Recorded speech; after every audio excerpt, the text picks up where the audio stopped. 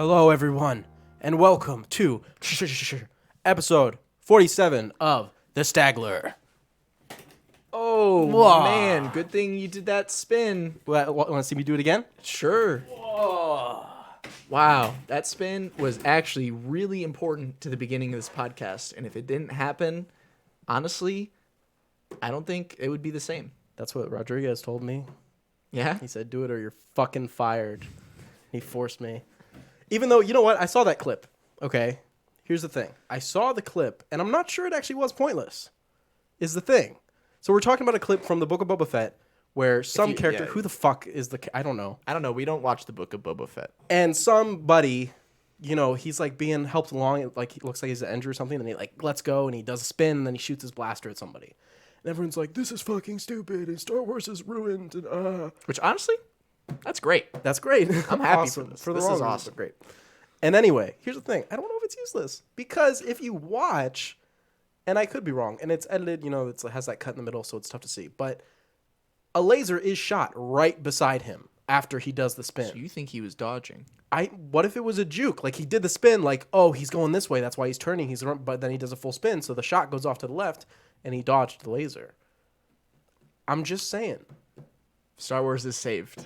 Because I saw a bunch of people talking about it, and I was like, yeah, that looks kind of dumb. You have saved Star Wars. But, like, there is a laser that goes off right next to his head after he does a spin move. But then guess what? It got ruined again. I don't know if you saw, but Luke shows up in the Book of Boba Fett also. And he's like a robot again. Isn't that just funny? Because it's Luke, but it is not Mark Hamill re-recording lines. It is computer Luke, and it's computer face. They don't, like, scan. It's just like they just can't fucking get enough of having Luke in everything, no matter what.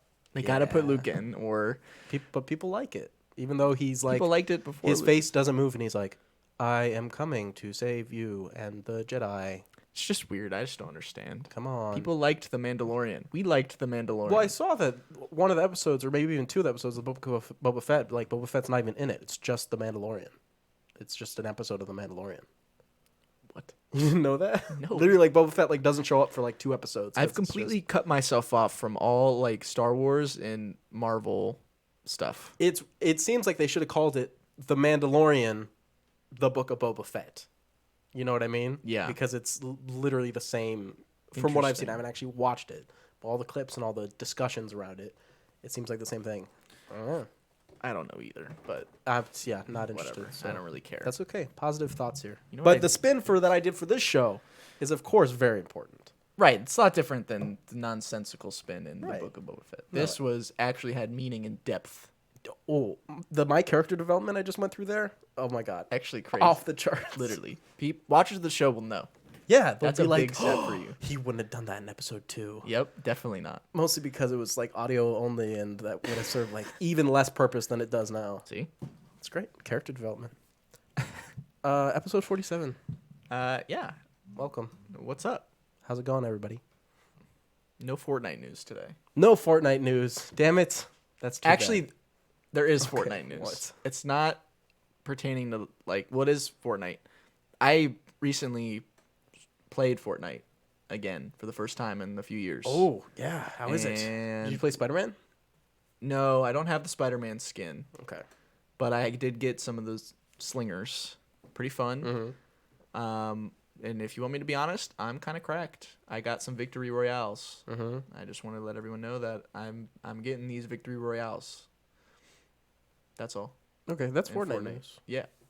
But in other news, I watched things. I watched. Guess what came back? I didn't even think about it until it actually came back. Harry Potter. No, Raised by Wolves. Right. Do you remember the show? remember Raised I by talked Wolves. about the first season when it came out, whatever, a year ago. It came back. It's funny because The Expanse just ended, and I was like, sad. The Expanse, my favorite sci-fi show. And then Right. Raised by Wolves was like, hey, by the way, I'm back, which From is- outer space. I'm glad that it's back because it was one of my favorite shows from last year. But I was also like, because I didn't see like any like promotional like material for it at all, which makes me I saw it feel very seldom. like the show. I mean, I know the show's not really popular, but it just makes me feel like they're not like attempting to like Not get trying people to to watch push it. it. No. But from the first 2 episodes, it seems like they still put the budget in there because it still looks really great. And I'm back in, baby. Let's go. Big, giant, floating snakes and cool stuff. Literally, I think the only thing that I actually saw for it was like a screenwriter on Twitter just like talking about how she like wrote some of it and was Yeah. like, "Hey, I did this." It was Even cool. if you get on like HBO Max, it's not even like hidden. it doesn't even It's not like pop featured. up on the Yeah. thing like, "Hey, Raised by Wolves is back." It's sucks. like you have to like go find it. And I was like, "This is a cool show." It is cool. But anyway, the one thing I will say about this show that it does better than like most things is the planet that they're on actually feels like not Earth. Like I feel like a lot of the time in sci-fi things, and they're on another planet, you're like, yeah, we're just on Earth. They're just saying it's another planet. Yeah. The Kepler 22b Nice. actually feels like you're in like some like foreign space land, and I just think that's cool. And yeah, and there's a lot of cool like I talked about in the first season, they have like there's like the atheists and the Mithraics. So there's like this like religion thing going on. But the cool thing is the show doesn't like pick sides. I feel like that could turn a lot of people off if the show like picked a side like with the atheists or like with the Mithraic people. But it takes a very like I don't know like omniscient like just kind of like shows it how it is, and it kind of shows the good and bad of like both sides. And that's just a really cool thing, I think. And I just more people need to watch this show because it's really cool and it hits a lot of like really interesting like ideas and things that I like never seen before. There's a floating snake. My favorite. Who doesn't like big giant floaty snake? Big flying floaty mice. That's what I'm saying. And it's Ridley Scott, dude. What? Yeah. Anyway, whatever. It's good. It's back. Another thing that's good is Demon Slayer. The last few episodes of Demon Slayer. So it's been cool because Demon Slayer and Attack on Titan, which we'll talk about later, I hate Demon Slayer is really for a very stupid reason, which I haven't talked about ever, but maybe it's time to talk about it. Do you want me to say my thing first, or Sure. so Demon Slayer and Attack on Titan have been coming out. They come out every Sunday, but Demon Slayer is about to be done. The very last episode is tomorrow. But the last like 3 episodes of Demon Slayer have been absolutely straight fire. I don't know what the animators at UFO Table are on, but the shit they're animating, I don't even know what the budget would be for the show. But like the shit that just got animated in the past episodes is like better than the movie. Wow. And it's just like I don't know what they're doing. Can I say something? And I'm not judging you. Yeah. Okay. Because I'm not making a direct comment on you, but I'm making a direct comment on just things I've noticed in life. Okay. I think anime fans, more than like any fans of anything ever, have like the biggest fault of like recency bias. You know what I mean? Like every new anime, I'm not saying that you're wrong or like whatever, but I swear to God, every new anime that ever comes out, everyone's like, this is the best anime ever made. When My Hero first came out, people were like, this is the number one. Because it was good. But And now My Attack on Hero Titan now sucks. is like, this is number one. Because and Demon Slayer is like, this is number one. that's not fair. You can't say that about Attack on Titan because it is the best. I know, but I'm just saying, that's just how it's been. People were like, Dragon Ball the original, it's the number one. But I hear where you're coming from. My counter would be that that's just like, I don't know. That's like, there's so many animes that are like new and out, and you're just hearing about the good ones. I don't know what to say. The other one was like Goblin Slayer. No, it's not that it's good, but people are like, it's the best one. Like, there's a weird thing that people always take a very strong stance of 100%, this is the best one ever made. People aren't say, this is the best one in years. They say, no, this is the best one. And it's more than like any other, like, I've never seen movies come out or like regular TV shows and people go, this is the best TV show ever made. You know what I mean? They'll say this year, they'll say this decade. Right. But the anime is the only group that's like, it's the best one ever made. Yeah. And Okay, it's always true. the brand new one that just came out. You know what I mean? Yeah. Which makes sense because the community's there. It's the hype. It's everything. But it's just a funny little I would agree. observation. In terms of like animation, Demon Slayer is the best probably ever. I know we're going to talk about Attack on Titan later, but just to throw in a little snippet here, I think the past few episodes, I don't remember, it was maybe the second one of the new part, was the only time where I noticed, and I took seriously the complaint people had with like the Titans animations. There was one part of the episode where I looked at it and I was like, oh, wait, that looks weird. Oh, okay. Just bring that up. So I would back you from what I've seen of Demon Slayer that it's Demon Slayer's very wild good looking. I don't know what they're up to. I got a couple more things here. You don't want to hear about why I hate Demon Slayer? Oh, right. Why do you hate Demon Slayer? It's a very non Demon Slayer's fault reason. Please tell If me. I said the word wisteria, would that make you think of Demon Slayer at all? No.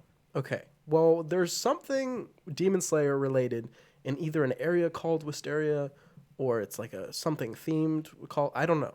But there's something themed around Wisteria that is Demon Slayer related. And you might think, well, why does this affect you at all? Well, for like the past like 5 years, there has been rumors of a new David Lynch project under the title Wisteria.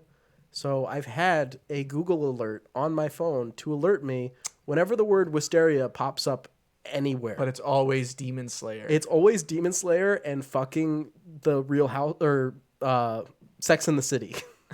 Because they live in like Wisteria Lane or something. That's nice. And it drives me insane because each time it's like Google alert, Wisteria. I'm like, oh, fuck. Holy shit. And only once has it been a David Lynch thing, and it was just like, remember 5 years ago when this was said to be a thing? Wow. It's that and Unrecorded Night are the two things that are on my alerts and my full name, just in case. Just in case. Because I'm just like, I need to know if something happened. Right. It's like, police are on the lookout. Well, that's fair. Yeah. But it is good. A lot of people say that Demon Slayer is just carried by animation, which I agree with. Mm-hmm. But I don't think a lot of people are like, "Oh, the only good thing about Demon Slayer is the animation." It's not the only good thing. It's the which best I thing. disagree with. Yes, it's by far the best thing, and the fights are awesome. Mm-hmm. But it's not like the story is terrible. Is the story like the greatest thing? Is the story AOT? No. Right. Like, it's fine. It's like a normal anime story where the dude is like, I want to be better The and very save people. So it's like, whatever. Okay, not to be rude, but I'm getting so hyped to talk about AOT. Can we zoom through your weeks? Yeah. Okay. No, don't worry. I have an update for BoJack Horseman. Yes. Very quickly. What's up? I said last week that I started it. I'm now officially in the final season. Okay. So I went through like season 2, 3, 4, and 5 Yeah. in the past time. So if you can't tell, I think the show's pretty good. Okay, sure. And I won't give my full thoughts until I've seen the end. Yeah, you're so when close. You might as well. BoJack does whatever. Don't know what he's gonna do. Crazy. I saw a film, Treasure Planet. I like that Treasure was listen. I've never seen Treasure Planet. I know it's big with the millennials. A cool movie. I don't know what to say. I like that older, Older. the older, like animation style Disney stuff like that. Like Lilo and Stitch has the same kind of style where I don't know how to explain it, but it's like softer. Does that make sense? Like there's less lines. I get you. Yeah, and it's a little bit of 2D mixed with 3D as well. Right, yeah, there's like the painted backgrounds. And I didn't know the movie was a sci-fi movie. Yeah, I thought that was cool. yeah. You thought it was I just was like a like, fantasy. yo, No, it's sci-fi. It's cool. space. It's like space pirates, basically. Yeah. Which is always kind of my thing. I always liked the lady captain, whatever her name is. Yeah, she's baddie. I love her. She's great. Girl boss. Definitely. And I know you have a problem with Squishy. What's his name? Morph. Morph? Fuck Morph. I'm here to say right now, fuck Morph. How do you feel about the robot? Ben? Yeah. Ben's great. Ben's like he's like rip off Robin Williams though. Ben's the goat. Well, no, Robin Williams would be the ripoff of Ben. That's true. That's because I thought when I saw it, I was like, yo, this one robot is like the single inspiration for the film Robots. But Ben was awesome, and Morph. Listen, watch the movie again. Morph is The literally antagonist. the antagonist. He's the only reason anything bad ever happens in that movie. It's Morph's fault. He's such a little loser, and everyone's like, "Oh, look how cute he is," and I say no. It makes me wonder why Treasure Planet was sort of like I don't know if it was a complete flop, but it definitely wasn't as popular as anything else. And I wonder what happened there, what the disconnect was. If it was marketing or, if people just weren't gelling with it because it was like kind of a lot of characters that like came and went, if I remember right. It's probably like a little bit of the marketing thing, but it's also probably, I don't know, it might just be a little too wild of like a story for like a lot of people to connect to, especially for like young kids. Yeah, to really With understand. like get with the weird like whatever steampunk space Yeah. whatever stuff they got going on. So I don't know. And then the moment everyone's been waiting for, Ah, guys, I finished the Twilight series. I saw Perfect. Breaking Dawn Part 2, and here's my thoughts. I actually was enjoying the film. For the first time, I was enjoying one of the Twilight films, and I was like, this is weird. I'm kind of liking the last one. right. And then we get to this big final battle, and And fucking you like 6 main characters die. and you loved it, and it's so great that that's how the movie happened, and the franchise ended on a high note. Yes. And then the big fight happened. That was good. So literally, and I don't know if I even said it, but Jasper, and you remember Jasper? Yes, I don't know if you brought him up though. I always hated him. Ever since the first movie, I always thought he was the worst, and I was like, I can't wait for Jasper to fucking die. Right. And in this final battle, along with many other people, that was sad. Jasper gets his head chopped, and I was like, fuck yeah. This is the greatest one yet. And then, right when things were getting awesome, and the battle's actually like really cool, And I has was like, stakes and "This is everything." cool. And then it fucking rewinds, and we're back to like the beginning before the battle. And then instead of having a battle, they just Saw the future of the battle and like yeah. They just talk things out. She's like, "That's your future," and he's like, "Oh, I won't do that." Yeah, what about Rami Malek? Oh yeah, and my dude Rami shows up. What a king! Also shows up in BoJack. That Yep. was cool. A lot of celebrity cameos in BoJack. of Oh, course. yeah. Yeah, Rami he shows up and he does it. He's strong. He got really lucky with his vampire powers. Nice.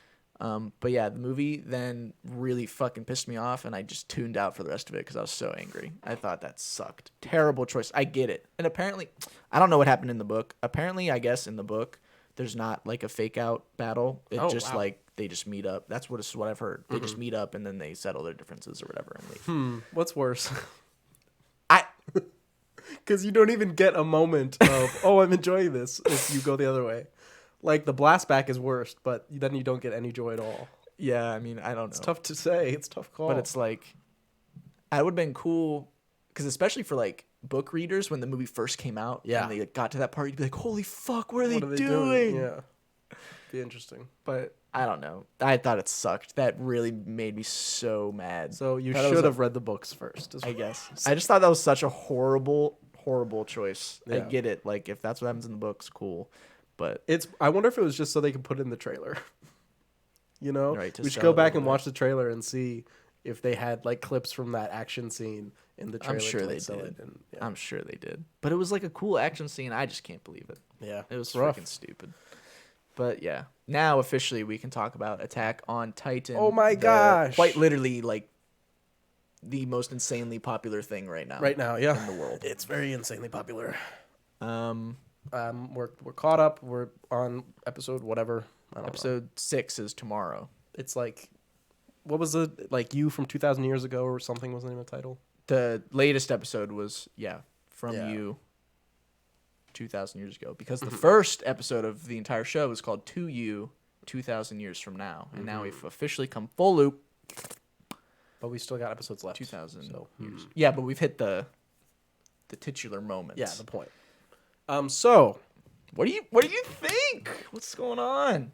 What's happening? If we start from the beginning, we have Eren fighting Armor Titan Reinhardt. and the Jaw Titan, whatever. And Porco. And he's having a tough time. He's got his little hard fists, and it's helping him.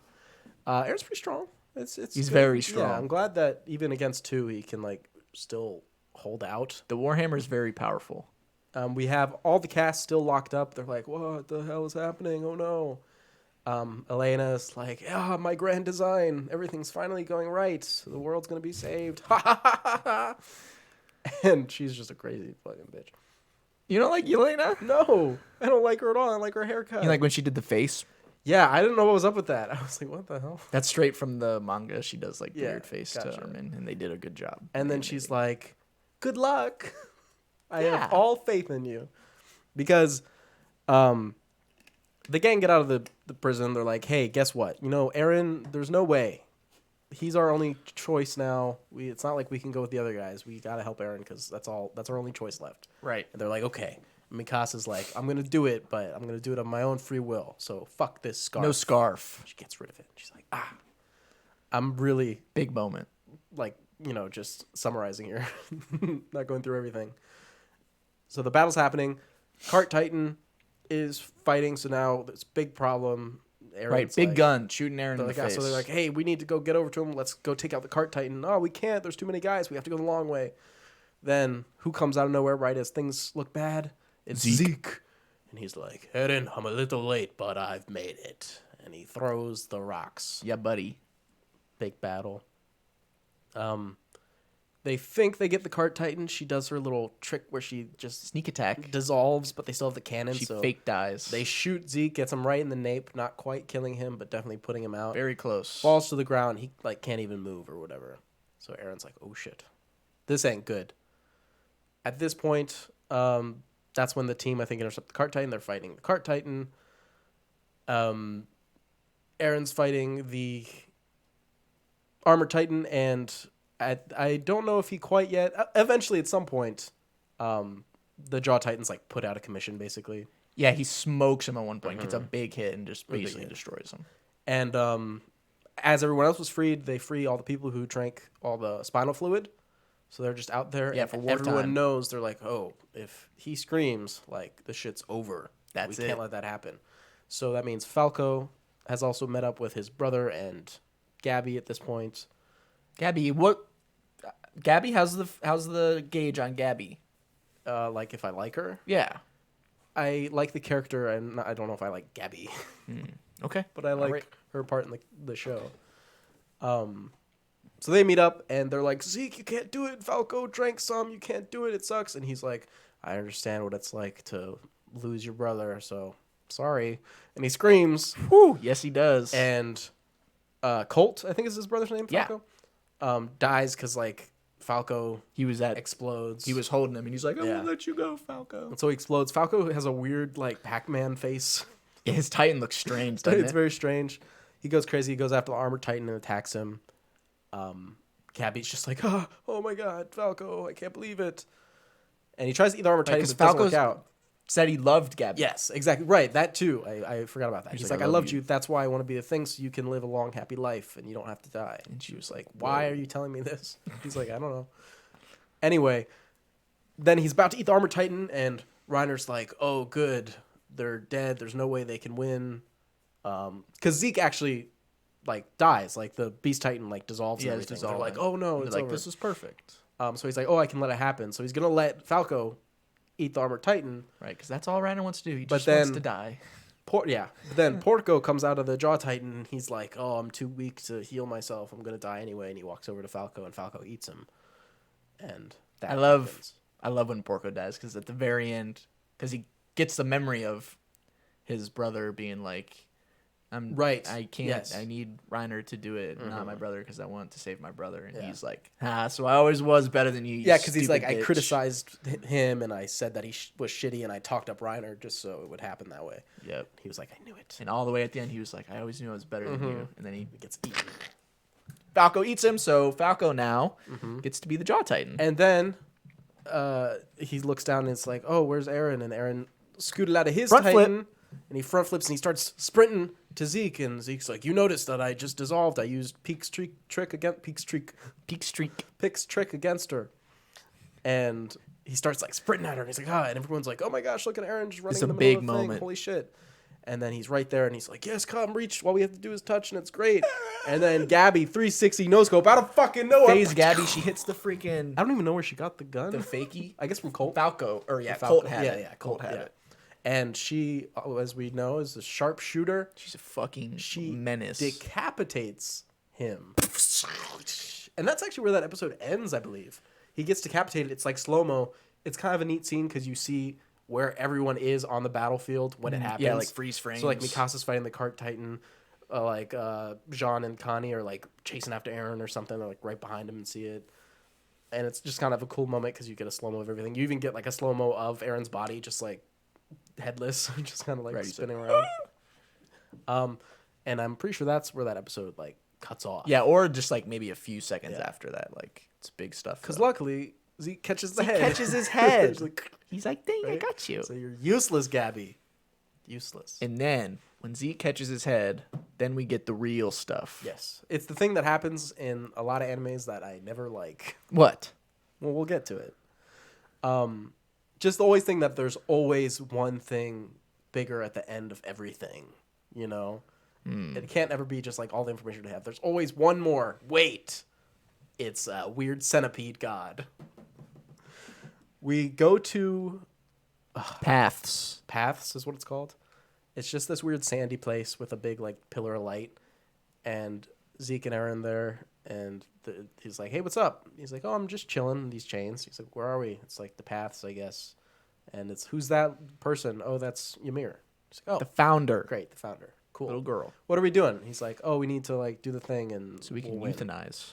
And Aaron's like, "You idiot. That's a stupid plan. Why would I ever do with that? Yay!" And then Zeke's like, "Okay, yeah, good thing I waited." And then he's like, "Chains." Yep. Okay, I'm going to unbrainwash you because I know you're all fucked up. So let's go. So he takes him into the memories of the past. He takes them specifically into the memories of their dad, Grisha. Yes. He's like, you're going to see what he did to you and everything. The really big stuff. And basically Zeke is watching it and be like, oh, nothing happened. And he still loved me. And great. Awesome. Everything. I was the one that was brainwashed, maybe. And then even bigger than that, you find out that it was basically Aaron all along. Yes. So, part of the Attack Titans thing is like seeing the future. Its special ability Yes, is that because apparently all of them have like some sort of. every Titan has a special special ability. The Attack Titan special ability is that it can see into the memories of future of holders Yeah. of the Attack Titan. So it can kind of see in the future, but only through the memories of people. So Grisha can see the memories of Aaron. So he sees. So it's not like Grisha's seeing the future. He's seeing from Aaron's POV, like what's happening. Which is the future. Yeah, but so like if you notice, But again, it only gets so complicated and weird because Zeke took Aaron through the memories. If Right. he would have never done that, no weird stuff would have happened, really. right, but it did. But it did, so it worked out. So it's all Zeke's fault. Yeah, because if you notice in like the scenes, everything, whenever Grisha like thinks he sees Zeke, he's like Zeke. It's always you can see Aaron's like perfectly standing so that Zeke would be in his point of view. Yeah. So it's just kind of a cool thing. And then basically we get to the big moment where Grisha has to kill the Rice family and take the founding Titan. Like, I can't do it. And he's like, I can't. And I can't you're kill like, a child. What? You're like, It's like, this we is what know what happened. We happened. know, Zeke yeah. is like, there's no way we can't change the past. And then Aaron is like, He's like, don't you want to get vengeance for everyone who died and everyone who was done wrong? get up, father. He's like, do it. Do it. And he's then like, he does it, and then he wins. Girl puts up an awful fight. She sucked at fighting. yeah, but I mean, the Attack Titan fighting is kind of like the deal. Yeah. It's not really fair. And he just fucking slaughters Yeah. everybody. Kills them all, and then he's like, oh, I wish I didn't do that. Zeke, please stop, Aaron. And Zeke's like, what? And then they get out of their dream, and he's like, Ymir, make it so that none of the Eldians can have babies. And he chains up Aaron, and Aaron's like, yeah, right. And he just like rips his hands off, basically, or like degloves the skin on his hands. It's gross. He rips out, and he runs over, and he like, what does he actually say to her? He gives Ymir a hug, and then It's like, oh, you were waiting for 2,000 years just for somebody to like tell you to right, because be free. he's like, you're not a god.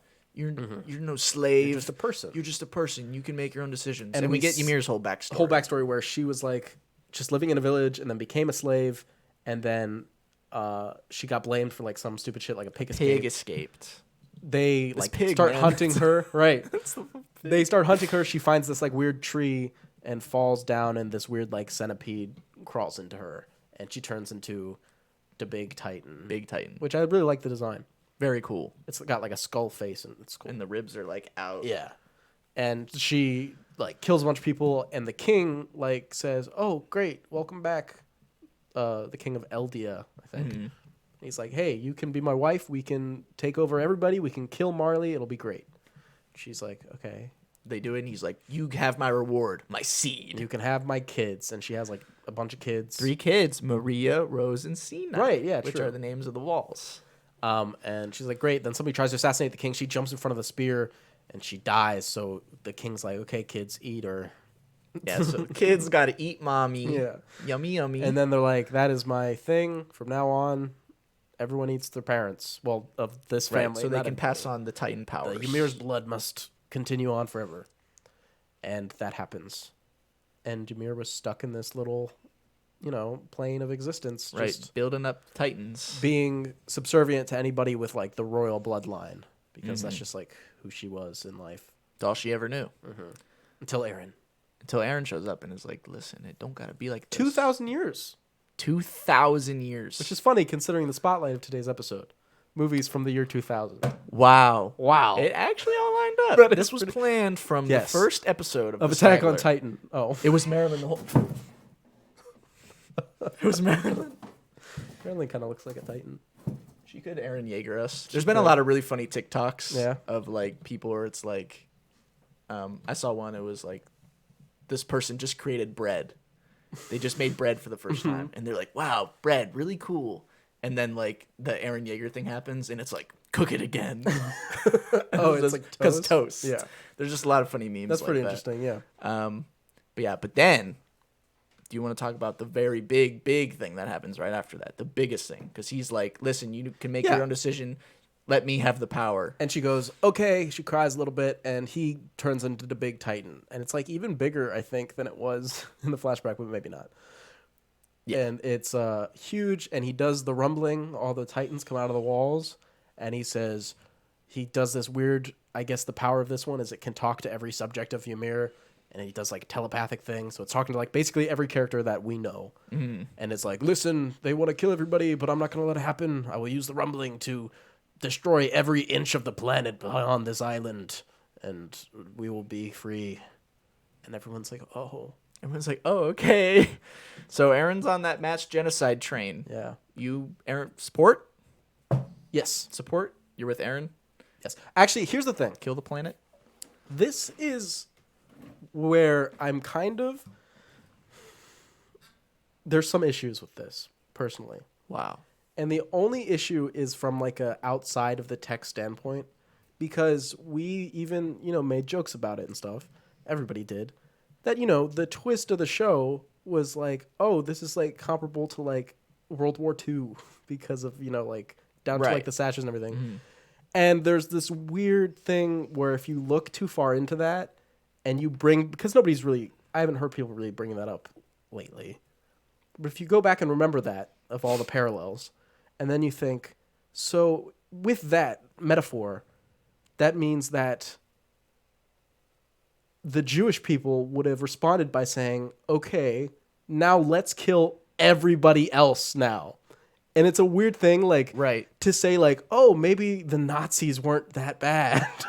And you know what I mean? Oh, It's okay. occupying a weird space. It depends on how they play out the rest of the season. But because I knew there was, like, controversy around the ending of the show, and I can only assume it's something based off of that, where it's like, oh, this weird metaphor doesn't really work because you're saying that, oh, no, it would have been better if it would have happened. Just That's a fair point. putting that out there. When you look back at the metaphor and really carry it forward, it kind of has a weird edge to it.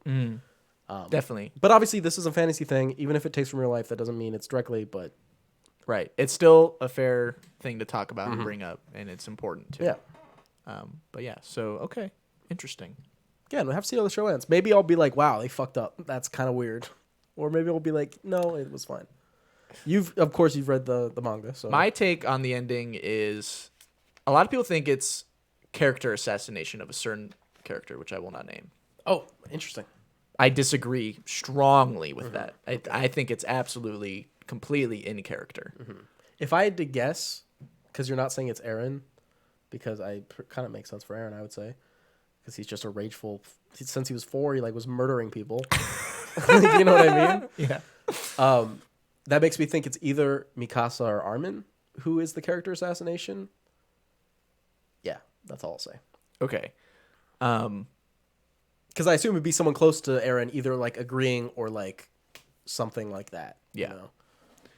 but I don't think it is. Okay. And there's a really great YouTube video that I'm sure a lot of people will see when the show ends about it. Anyway, Well, maybe if I have the wrong opinion, you can send me the YouTube video. it's like an hour and 40-minute Oh, YouTube maybe video that delves into like everything. Yeah. It's very good. The other thing that's interesting, though, is we've talked about it. The show is more canon than the manga, according to the That's creator. what Isayama says. So it'd be interesting to see They could do their how own it ending. goes. We'll see. If they responded and they're like, oh, maybe we should switch it up a little bit.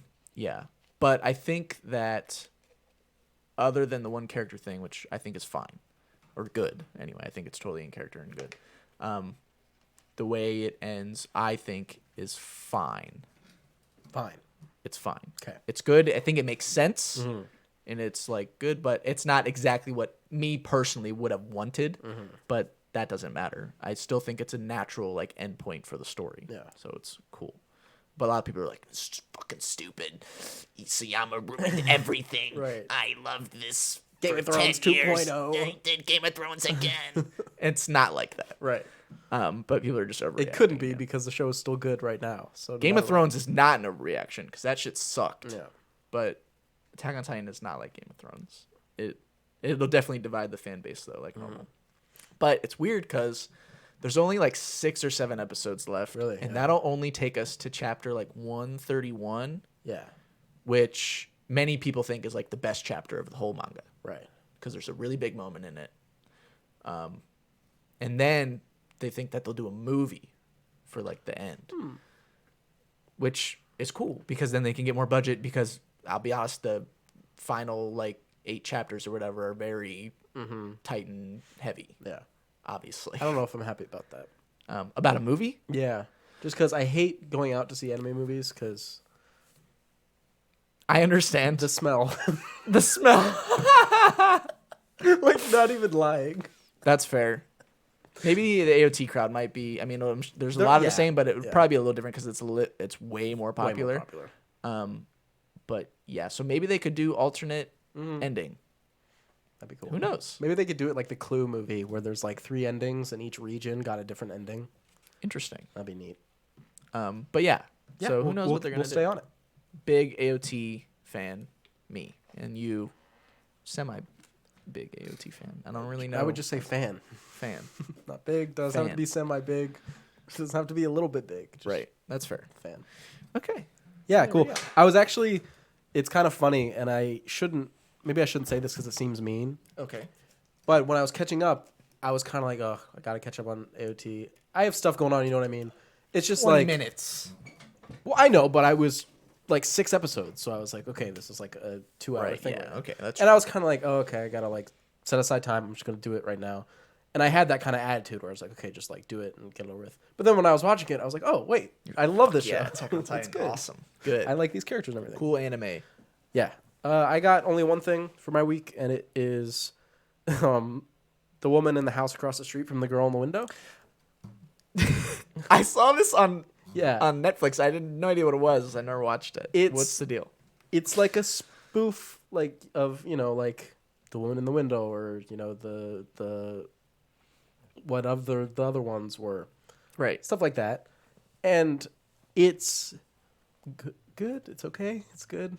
I don't know. It's interesting because to me it doesn't go, it's not like epic movie or something where it goes totally off the walls crazy. Right. It's very grounded.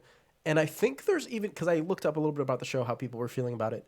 I think there's even people who watched the show and didn't understand that it's a comedy. Oh. Which explains like the level that they're going with here, because it's not in your face. I mean, there's some stuff that's in your face, but there were a lot of jokes that they did that they could have gone really far with, and part of me wishes they did. Right. Like, for instance, The the woman she lives in a house alone. She's like divorced. She had like a kid that died, and these new people move in across the street, and she gets to know them, and she sees like the dad's girlfriend over there get murdered, and she goes crazy, and they're like, no, you're just PTSD from your daughter, like whatever, because what happened with her daughter was her husband took her to work on a take your kids to work day, and he was like a serial killer interviewer, and she got trapped in the room with him, and he like ate her. Okay. So, I mean, that's part of the joke. It's like, take your kids to work, dude. What do you do? Oh, I, interview serial killers on death row.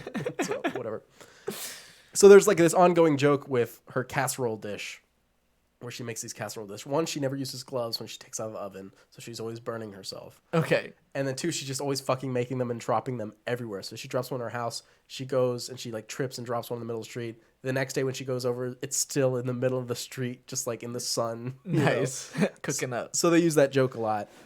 And part of me thinks they could have gone, and it's always the same exact dish, same exact noodles, like, Right. And it's apparently it's a shitty casserole as well. It doesn't even taste good. Dang.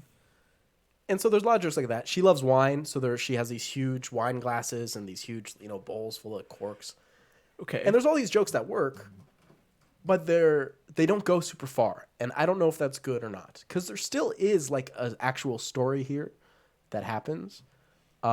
You do find out who the killer is, and it's like there's a confrontation and everything. And I enjoyed my time watching it, but it exists in a weird space. Because it's just, I expected something like this to be totally off the wall, really going hard and being stupid, but it's not. And I wonder if more stuff like this could be made, that it's not stupid comedy, but it is, a spoof, a satire on these types of things. There's another really funny joke, maybe my funniest joke to me in the whole thing. Okay.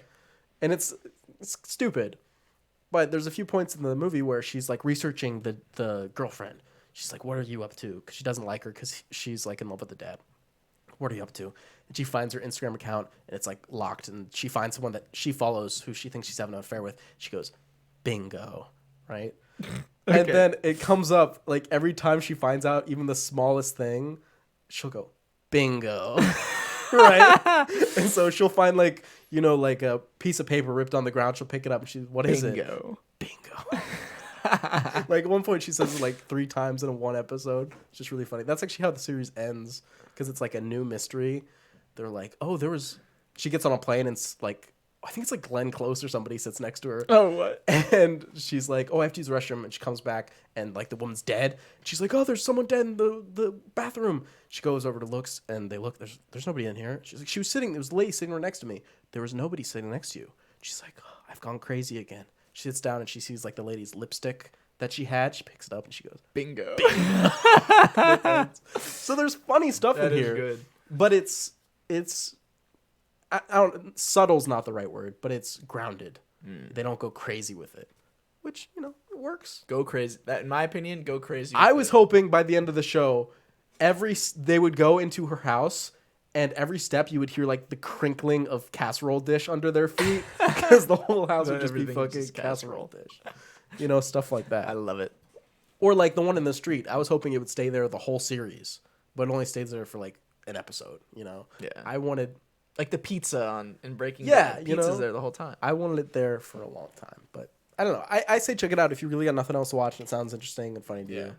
It was worth my time. It's only 8 episodes. They're like not very long. Good. Limited series. It's cool. It's cool. Alrighty. It's time for the news. It's time for the news. We have very important news, obviously. It's a big event. Everyone gets around and talks about it. David Lynch has joined the cast of Steven Spielberg's The Fabelmans. It's big. That's big stuff. His role is a secret. Nobody knows who he is. Steven Spielberg. What? You think he Plays plays? Steven Spielberg. That's weird. It is the first collab ever. That's awesome. They're technically like contemporaries, and it's the first time they've worked together. Crazy.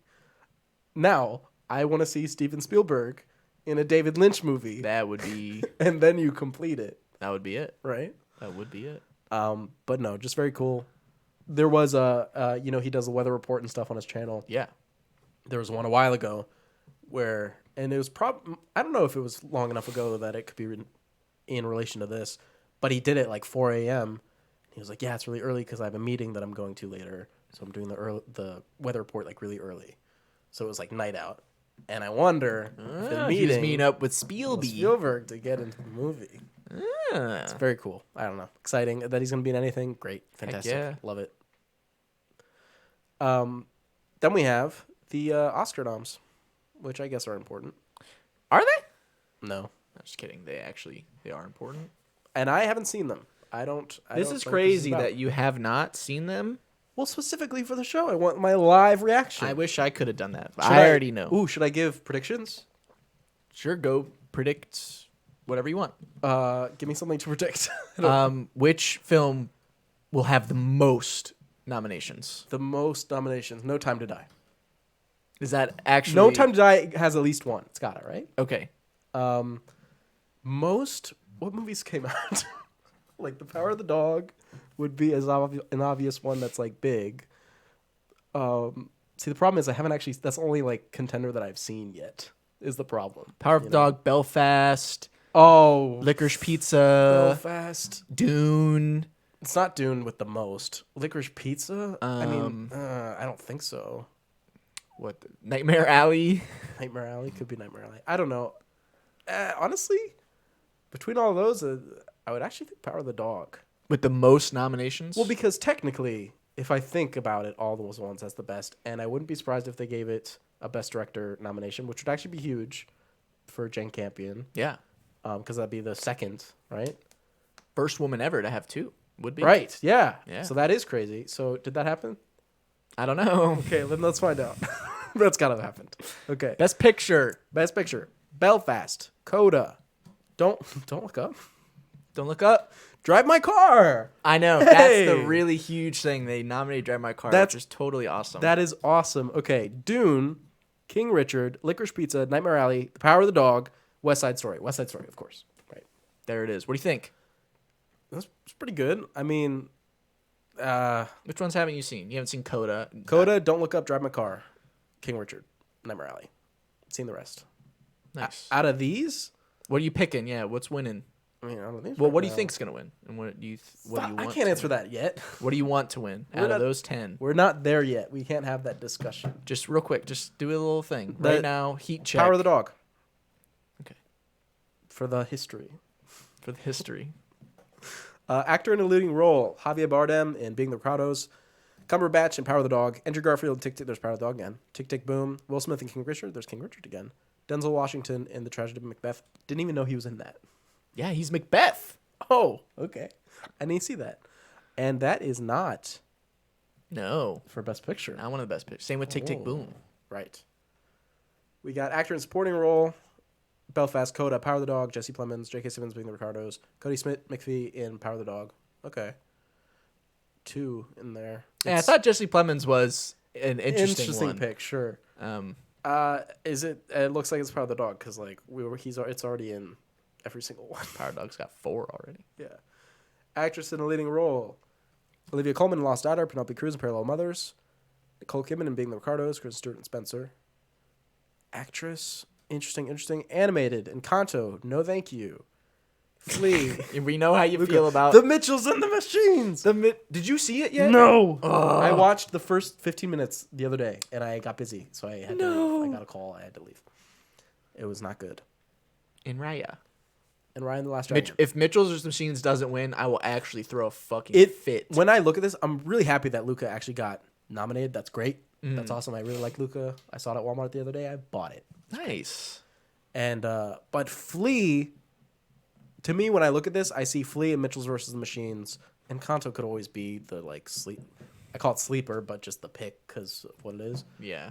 But Flea is the other one that really is a contender because it's the only one that's like a serious movie Right. of all these. Could easily take that. It could. I haven't seen it, so I don't really have a haven't seen stance it on either. it. I would like to see it. I think it's on Hulu. Great. They like just put it on Hulu. I would love to see that, but yeah. Cinematography looks right. Power of the Dog would probably be my choice here because I loved it. I would probably agree. Yeah. Like I said, the one thing that I really loved You about really Power did, of the yeah. Dog was despite not even liking the movie, you were still like, wow. yeah, Yeah. it looks very nice. And I believe Ari Wegner, is that a female cinematographer? It is. Yeah, I thought so. Caution Resign. Cruella, remember Cruella? Cruella, let's go. Cruella, Oscar nominated. Cyrano, Dune again, Nightmare Alley, West Side Story. West Side Story, I haven't seen Nightmare Alley or Cruella. I wouldn't pick Dune personally. Not Cruella? I haven't seen it, so I don't know. But like, just looking at this right now, my vote goes to West Side Story. It probably is going to be West Side Story. Directing, Belfast. This is the one. Oh my god. Belfast. Drive My Car. Hey. Licorice Pizza. Power of the Dog. There we go. and West Side Story. This is the problem. Denis Villeneuve is not on this list. Oh, wait. Costume design, cinematography. Let me just hit you. Sure. Dune has 10 Oscar nominations. Wow. And Denis Villeneuve did not get nominated for director. This is actually really there's a lot of people talking about this, but because everyone thought that he was a Branagh lot. got directed for. That's who I would take out. Yeah, for sure. But I just don't understand. Denis Villeneuve probably with the one of the greatest directorial achievements of this year, because just the book he adapted, it's something he's always wanted to do his whole life, and the way he did it, and it was extremely successful, and everybody loved it.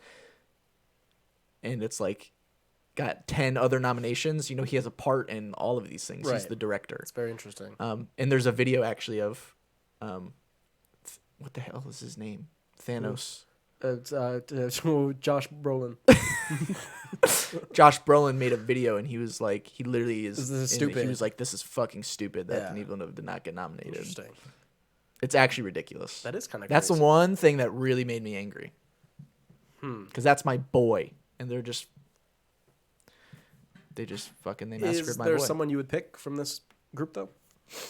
Well, I haven't seen Drive My Car. Right. I just have a feeling though that I'm gonna really love that film. Okay. But if I had to choose from that list, I don't know. I'd probably go. I don't know. Has Paul Thomas Anderson won yet? I don't want him to win for this film, though. Me neither. Probably go Jane Campion. Yeah. Spielberg, just, he's Spielberg. Fuck off. You know what I mean? Yeah. He's fine. Documentary. The film editing, Dune again. There you go. King Richard, Power of the Dog, Don't Look Up, Tick Tick Boom, Don't Look Up again. International feature, Drive My Car, Flea, Hand of God. Flea was in documentary, too. I know you scrolled by it quick, but it's the first film ever to be nominated, just in general, to be nominated in documentary, best feature, best documentary, best animated. And best international. Gotcha. Which is pretty cool. The Worst Person in the World, which I really want to get to. Yes, me too. That's the one that I'm really looking forward to. Makeup and hair styling looks about right. Eyes of Tammy Faye, that's House of Gucci. Finally. That's Oscar nominated House of Gucci. Oh yeah, and no Jared Leto, no Lady Gaga. Nope. None House of of that. Gucci got snubbed big. Is it a except for snub? right there. Music original score. This one pissed me off too. Encanto. Why? Because Johnny Don't Look Greenwood Up, Dune. got nominated for Power of the Dog, which I disagree with. Eh. I think Power of the Dog has a good score. But it's not better than Spencer. I'm sorry. Spencer was the better one. To Spencer, I and agree. you can listen to the Power of the Dog, and Spencer is just better. I don't know what to say. But we obviously have a different thought process when it comes to this, because original score has notoriously been hard for us to get a hold of. They're just stupid about it. I don't know what to say. Get it, or we just have a different thing. The Dune score though. If Dune doesn't win, it's actually my dude Hans literally invented instruments for this. If Dune doesn't win, it's actually a crime. Yeah, that'd be great. I just hope Encanto doesn't. Music original song. Let's see. Your favorite category. Be Alive from King Richard. Dos.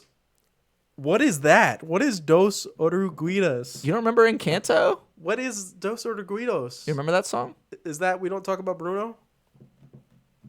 Or is that? I haven't seen the film. Is that? I don't know what. I literally don't know what song that is. Down to Joy, sure. No Time to Die. I hope it's not. Better be No Time to Die. Honestly, the one. I mean, I know it's just me because I really love No Time to Die. Yeah. I'm just upset that No Time to Die is not there. Yeah. Well, not recognized. was it ever going to be? It should have. It should be. That's what I'm saying. Production design, yeah, looks good. Short film animated, sure. Sound again, No Time to Die. That's one that I was expecting for them. Mm-hmm. Good stuff. Visual effects, Free Guy. Yes, that's the huge one. Oscar nominated Free Guy. Yeah. That's just awesome. And Spider-Man No Way Home and Shang-Chi and The Legend of the Ten Rings. And what do you think about No Way Home not getting the Best Picture nod? What do you mean? A lot of people were really riding for the No Way Home Best Picture. Who? A lot of people. That's stupid. Why? Does it really... Black Panther got it. Is Spider-Man No Way Home... Spider-Man No Way Home is not better than what? Black Panther. Everybody who says this is my take without talking to anybody with this opinion. Okay. Everyone who thinks Spider-Man No Way Home should have been a Best Picture nominee does not care about the Oscars. Okay. That's got to be true. Like, what do you mean doesn't care? Like, doesn't watch? Doesn't watch, thinks that they're a useless award show. Which it is. It is, but it isn't, because I do think it, like the majority of useless, but it still can propel, like how many people would have seen Parasite if it wasn't nominated? Exactly. Or even careers that like just really springboarded because they did something really great. Exactly. I agree. Yeah, so it's not completely. It's like a lot of it's useless, but it's wrong to write it off completely. And I think the people who say that probably write off the Oscars completely. But who knows? I don't know. knows? I would never say that. So I guess I can say okay, it got visual effects. Sure, Free Guy. Free Guy. I'm on the Free Guy train. That's a Marvel movie. But it's like Captain America shows up or whatever. Yeah. Writing, Coda, Drive My Car, Dune, Lost Daughter, Power of the Dog. Still need to watch Lost Daughter. Original Good screenplay, film. Belfast again. Worst Person in the World. There we go, and then the rest. Okay, how many does Belfast have? Like 3 or 4? I'll just let you know. Yeah. To go by memory here. Power of the Dog has 12. It leads the pack Yeah, with it 12 nominations. Definitely seems. And then Dune is in second with 10. 10. And then I think there's like 3 films that have like 6 or 7, and that would be Belfast. What was the one you just said? King Richard. Belfast. I think West King, Side Story? I don't know. King Richard, West Side Story, and Nightmare Alley? Probably up there. I think that Maryland only has 4. Okay. Don't Look Up has like Don't 6. Look Up has a few. So yeah. Drive My Car, obviously. Drive My Car has 4, but they have 4 big ones. It's like Yeah, screenplay, directing, director, best picture, and international. and I best think, yeah. international. All right, well, that does it for the nominations. Looking good. What you think? No, this seems like it's a good year, honestly. I agree. I think most people agree that compared to the last compared 2 to- or 3. yeah, they did a much better job this year actually representing like film. I So make that's cool. Except for Belfast Denis could Villeneuve. still win Best Picture, which would ruin it all. That would be and just make it all for cringe. naught, and it would suck. If Belfast wins Best Picture, I hope it wins nothing else. Which was Has a very film rare. ever won Best Picture? It's gotta and have, that's right? it. It's got to have, right? There's no way. How are you the best picture, but you're not the best at anything else? You're just completely moderate. Because at you're everything. second place in everything else, which makes sense. I guess. Assuming those films were like third Wonder or if fourth. that's ever most. happened. Probably. Anyway, that does it for that. It's time to move on to more important news. The Razzies. Which the Razzies, you can say you can write off completely. I'm fine with that. But they're also, I don't know, do people take the Razzies too seriously? Because people get mad about them. The Razzies, Well, sometimes they're pretty stupid. They can be really stupid, but I feel like that's the point. They're to shake it up and be like, anti-establishment. Blah. Yeah. Bruce Willis gets his own category. Nice. So in what's the that about? Razzies. So, okay, the Golden Raspberry Awards, the self-proclaimed ugly cousin to the Oscars that salutes the worst of cinematic underachievements. So yeah, it's literally 1, 2, 3, 4, 5, 6, 7, 8 of his movies that, oh my God. Those who haven't seen any of those films just place their bets on Bruce Willis in American Siege, a film that, according to IMDb, took just 8 days to shoot and wrapped after only 1 day. That sounds awesome. Holy hell. So yeah, I guess he's been in so many bad movies that they've just put him in his own category of which movie did he do that was the worst. I remember why the Razzies pissed me off this year. Why? Because they nominated Ben Affleck from The Last Duel, which is fucking stupid. And Jared Leto. Yeah, but that's a little different. That is different. That's a because little that's different. funny. But Ben Affleck is good in The Last Duel, and that's my take. But his hair, no, it's not even his haircut. It's Matt Damon's haircut in The Last Duel. That's bad, isn't it? Ben Affleck has blonde hair. Oh no, you're right. It is Ben Affleck. Okay. True. Yeah, whatever though. Fuck the Razzies. Razzies. The only awards that matter are the Heismans Yes. and the Staggies, The Staggy's very important, obviously. of course. Blade Runner 2099, This is huge. live action sequel series from Ridley Scott, Silka Louisa, and Alcon in works at Amazon Studios. That's big. That means they'll have a good budget. Yeah. You know me, big Blade Runner guy. Love the first one, love the second one. Give me the third one. It'll be the first live action series. It just sounds cool. Heck yeah, I'm totally in. Give me more sound of the guns shooting. It'll be 50 years if the title is accurate. 50 years, 2099. Who knows what's going on? Maybe. I don't know what would be going on. It makes me wonder what the connections actually would be. You know? Yeah, I don't know. Well, you got to think I guess it probably could be like a post, like replicant war. Rising or something, yeah. Because, in 2049, they have that big army. They're like, we're rising up and we're going to do the thing. So maybe that happened and this is like post. That could be, I don't know. Could be, yeah. Whatever they want to do. Maybe even post, but like with maybe like flashbacks of stuff that happened. And that could be really neat. Be cool to see a big like Blade Runner war scene. That'd be kinda cool. That'd be sweet. Like 30 Dave Bautistas everywhere, just fighting. Yeah. Futurama revival ordered at Hulu with multiple original cast members returning. Interesting. How do you feel? I had never watched Futurama. Futurama is probably my favorite of like the adult. Well, I guess when you talk like pre BoJack and stuff, if you think of stuff like American Dad, Family Guy, like kind of stuff in that vein. I haven't seen any of those, but I don't know. So I don't know for sure, but I feel like BoJack is like a little different than like the mainstream. Is it or is it not? No, it is for sure. Okay. Because BoJack has a lot more serious moments in it than most of the other shows. What? Where this is like 99% comedy, then like every once in a while there'll be like one line that's like, "I miss my dog," and oh my god, that dog episode will fuck you up. Yeah. Like, oh my god. Okay. Bawling. It's awful. Interesting. And funny. Apparently basically everyone's returning, except John DiMaggio, the guy who voices Bender, the robot. He looks like maybe he's in the front of the picture there, so he looks like an important character. He's like, if you talk about the main three, it's Leela, the purple Cyclops, Fry, this dude, and Bender. They're like the three big ones. And Bender's the funny, like, Stewie or, like Alien from Family Guy, Roger. And one of them's not coming back, and he's not coming back. People are saying yet.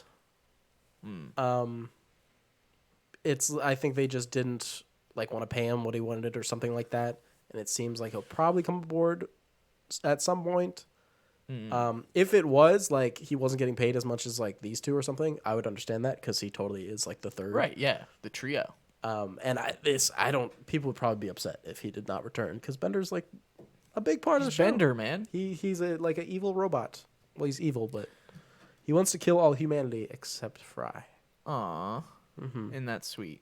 It's very not sweet. his other friend, Leela? Leela, no. Him and Taranga Leela are not friends. Oh, okay. She's cool, though. It's a good show. There's Hermes. There's Zoidberg. Do you know Zoidberg? I don't know anything about... I know the meme. Shut up and take my money. Yeah, it's funny. It's a lot of funny... I mean, I don't know how much it was or how much this will be, but the original show and stuff, there's a lot of like funny commentary on stuff. Like... thinking of the future, like stuff like consumerism and all that. Yeah. There's funny little tidbits about that. I don't know. Interesting. And like sex robots. Nice. And suicide booths, which are like a thing now. Nice. Exciting news. Very exciting. This is huge. BCS Better Call Saul gets premiere dates for both halves of 6th and final season. The 13th episode final season will roll out in 2 parts, with the first 7 episodes launching April 18th and culminating with the series' final 6 episodes starting July 11th. Right before my birthday. So it's weird that it's like... split up just like they did with Breaking Bad. Yeah, and it's like not even that big of a split. Yeah. It's only there's usually 10 episode seasons, right? And now they're doing 13. Yeah. Who knows? Like, honestly, it's been so long since Better Call Saul is out. What? I didn't even know this. 3 new original short-form series connected to the world of Better Call Saul also will debut this spring. The animated Slippin' Jimmy, Cooper's Bar, starring Ray Seahorn, and new episodes of the Better Call Saul employee training video series. What? No idea that happened. No, I didn't even know that was a thing. I don't know. That makes me feel weird. That's cool, though. Is it? Yeah. I don't know. That's like getting close to like milking the cow. The Breaking Bad cinematic universe. Too much, but I don't know. The BBCU. Who knows? BBC. The one thing I saw, at least Bob Odenkirk talking about is that he felt he was finally understanding people like James Gandolfini played Tony in The Sopranos, being like, I'm fucking done with Tony. Like, he was like done with Sopranos by the end of it. Yeah. He said he kind of get it because playing a character for like a decade, you know, it's Right, like yeah. really just gets to you after a while. And seems like that's just how it is. That once you play someone for so long, you're just like, okay, I get it. There's nothing to explore here. That makes sense. It does, and it's good that things can move on. And it's good that it's ending because he's getting old. Yeah. When you go back and watch Breaking Bad, you're like, oh my god, he's literally 20 years younger. Yeah. Like, it's just funny. Yeah. Which we've talked about before. That's not really a big deal, but still. Right. But I can't wait for that. Very Awful excited. news. This is terrible. Well, actually, it's great. yeah. Actually, no, wait. This is awesome. Yeah, hold I on. take it back. Sorry. It's- Yeah, you misled me right there. It's bad for the wrong reason. It's huge. This is Disney huge news. loses rights to Scrat from Ice Age following trademark dispute. The company no longer owns the saber-toothed squirrel. Fuck you, Disney. Fuck you, Disney. The original artist creator was like, listen, I made Scrat. Okay? Ivy Silberstein. Silberstein? I don't know. The artist apparently pitched a character, Scrat, originally spelled with a Q, I guess, to the company way back in 1999. The idea came from the sighting of a cross between a squirrel and a rat, which they came to come across in a park, that's funny. Wow. And there was a lot of battles in court, and they were like, no, Scrat's ours. And they said, no, Scrat's mine. But luckily, You know what? she won in the end and held her ground, forced the company to concede. Good job, Ivy. That's great. Proud of you for standing your ground. It bodes well for all the like individual artists, Yeah. coming after large corporations to defend their properties. That's a good sign that people can look and be like, oh, in this case, it's like the same thing. And Maybe we can just turn Scrat into an NFT or something. oh my God, yes, the Scrat verse. That'd be amazing. Yeah. And his teeth could be like gold or like rotted or whatever, depending on which rarity. Is that how NFTs work? I honestly couldn't fucking say. The only NFT I cares about is some nice fucking titties. Hey, that's just what these Americans want. I'll fund those things. Oh, I'm being so gross. Anyway, yeah. So Scrat's not in the new Ice Age. Spoiler alert. Fuck. The one that just came out, The Adventures of Buck Wild. Buckwild. But yeah, he's free. Maybe we'll get a Scrat solo movie. That would be sick. Maybe he could meet up with the original humans from the first movie, and the baby's all grown up. Man, we need to get in the writer's room. We do. We really do. Excuse me. That does it for the news. The news is over, which means it's time for the spotlight. This time for the spotlight, we're doing movies from the year 2000. Yeah. 2000, the turn of the millennia. That was the time. Oh my God. Do The you remember world was 2000? ending. It was I crazy. was just a little baby. I was partying all day. I was funching those tits. My mother's. Wow. Oh, hold on. As a baby. As a baby. Actually, I don't think I was breastfed. I think I was bottle fed baby. Wow. Because I'm actually the youngest of 3. So they were just worn out. Nothing left. They were run dry. And that's why I turned out the way I did. Anyway. Wow.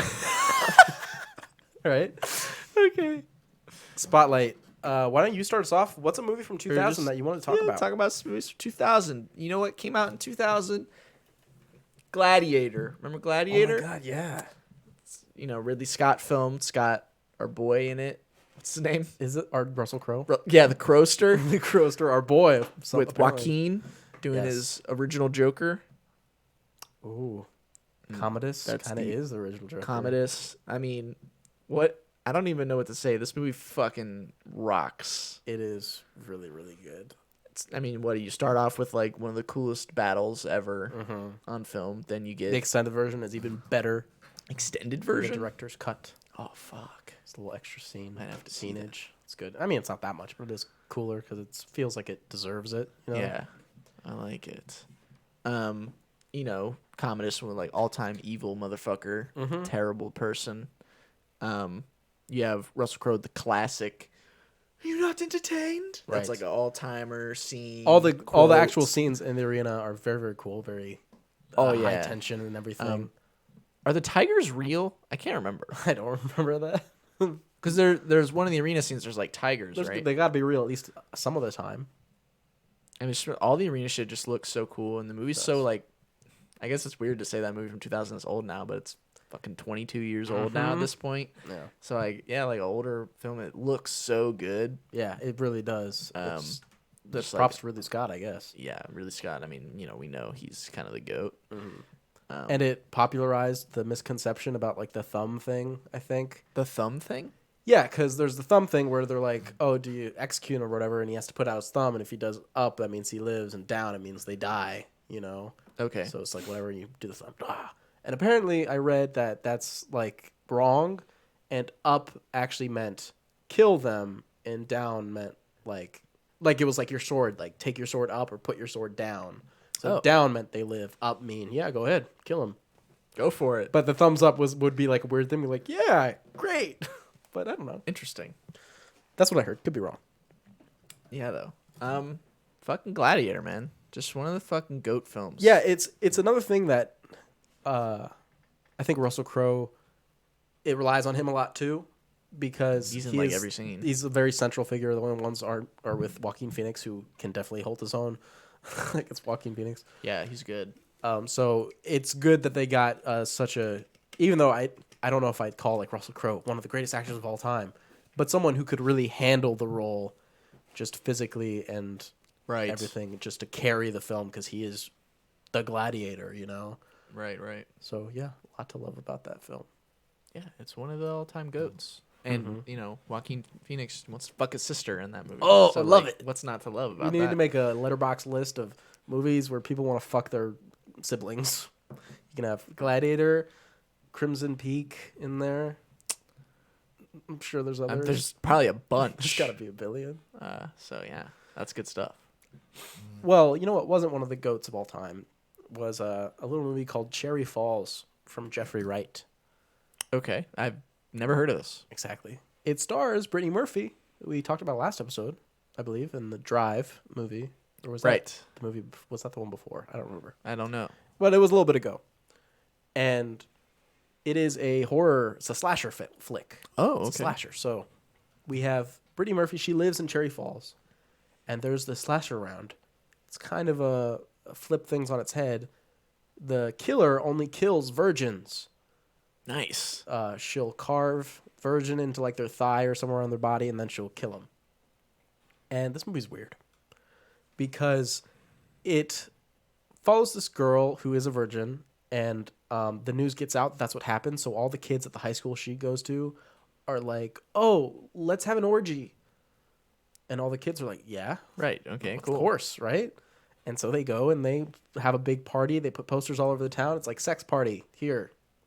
Nice. Everyone from the high school come and it's very nice sex. of them to include everybody. Right, and it's interesting because, you think slasher flick, it's the people who go off and have sex who get murdered. But in this one, it's the opposite. It's the people who aren't.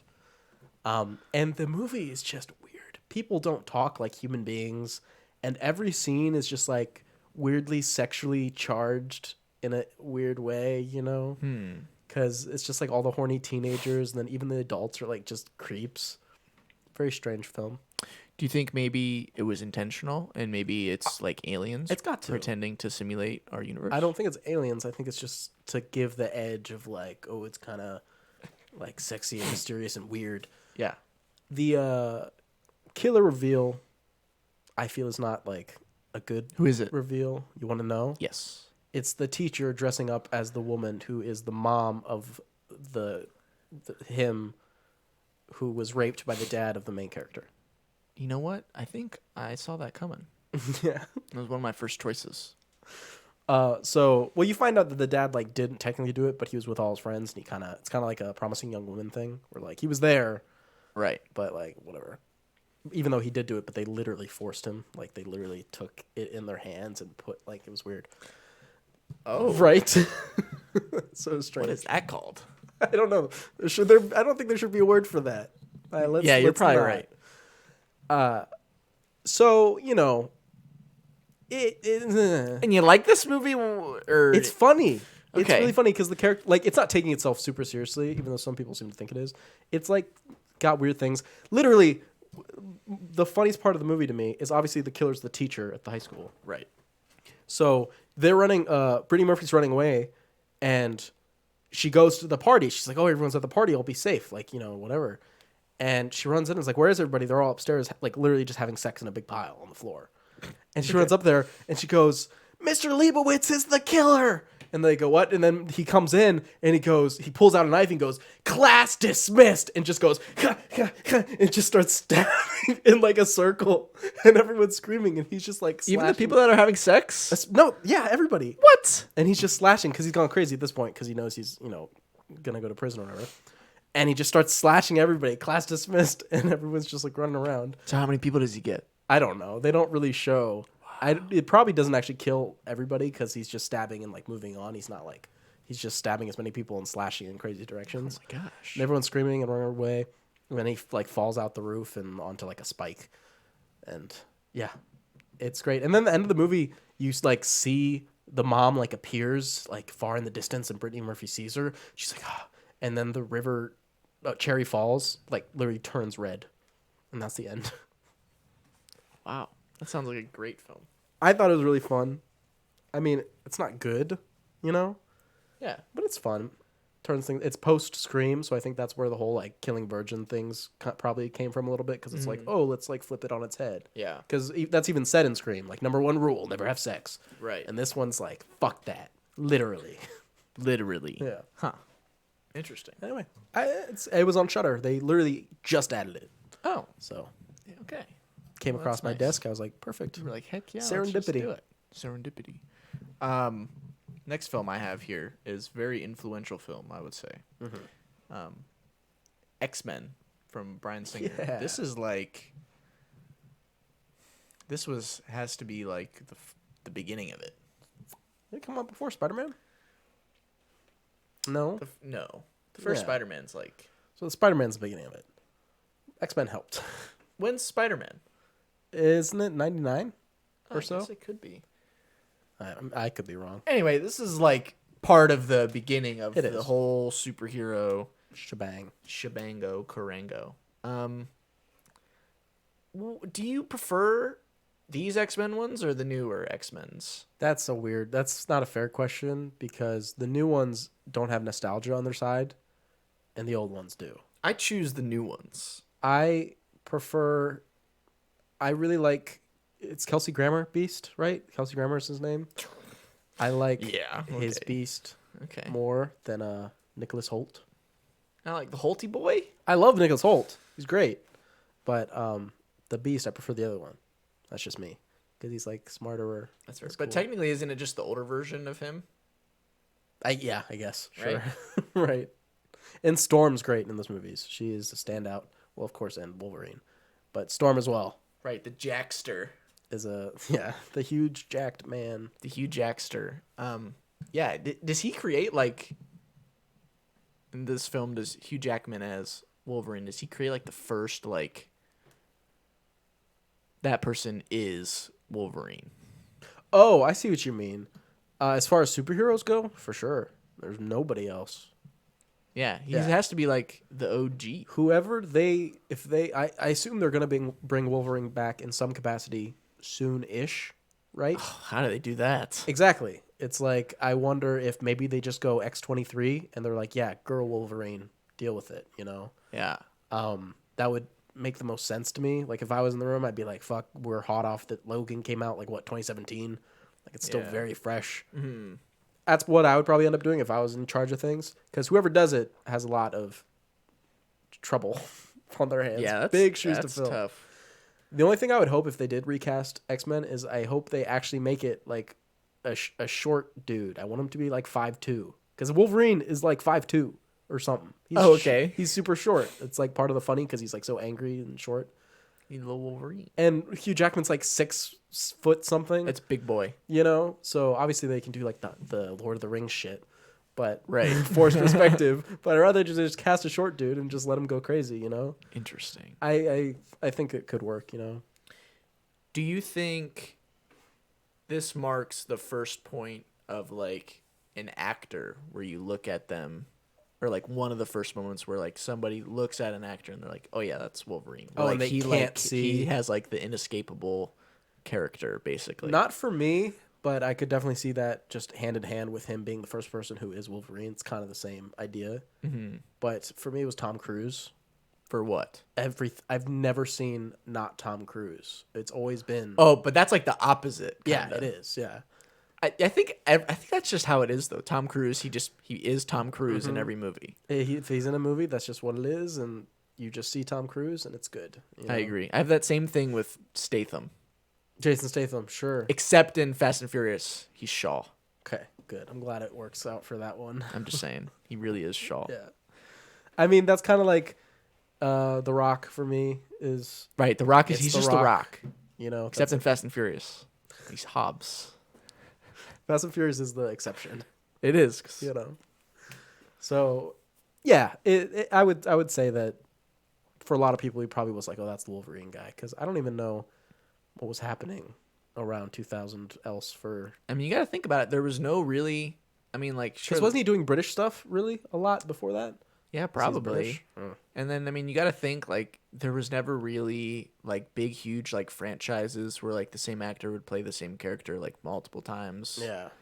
So you would never. And I don't. I mean, there was TV shows and like really great TV shows, but I don't think to the point where like one actor was like, this is that person. At least I don't think. Right. Maybe Well, I'm not wrong. on a huge everyone knows level. Sure, fans of the show are like, Mm-hmm. if they see them in something else, but not like everybody agrees, oh, that's the guy from the X-Men movies. Yeah, you so know, this very kind of least. marks like the first time basically because obviously recently now that's like all it is. There's I mean, you have all franchises like Harry Potter, Lord of the Rings, all those. It's franchises because it's more than one movie. People get attached to the character, Right. You know? And it isn't helped when it's not new properties. It's adapted from whatever. Yeah. Is there franchises that aren't adaptations?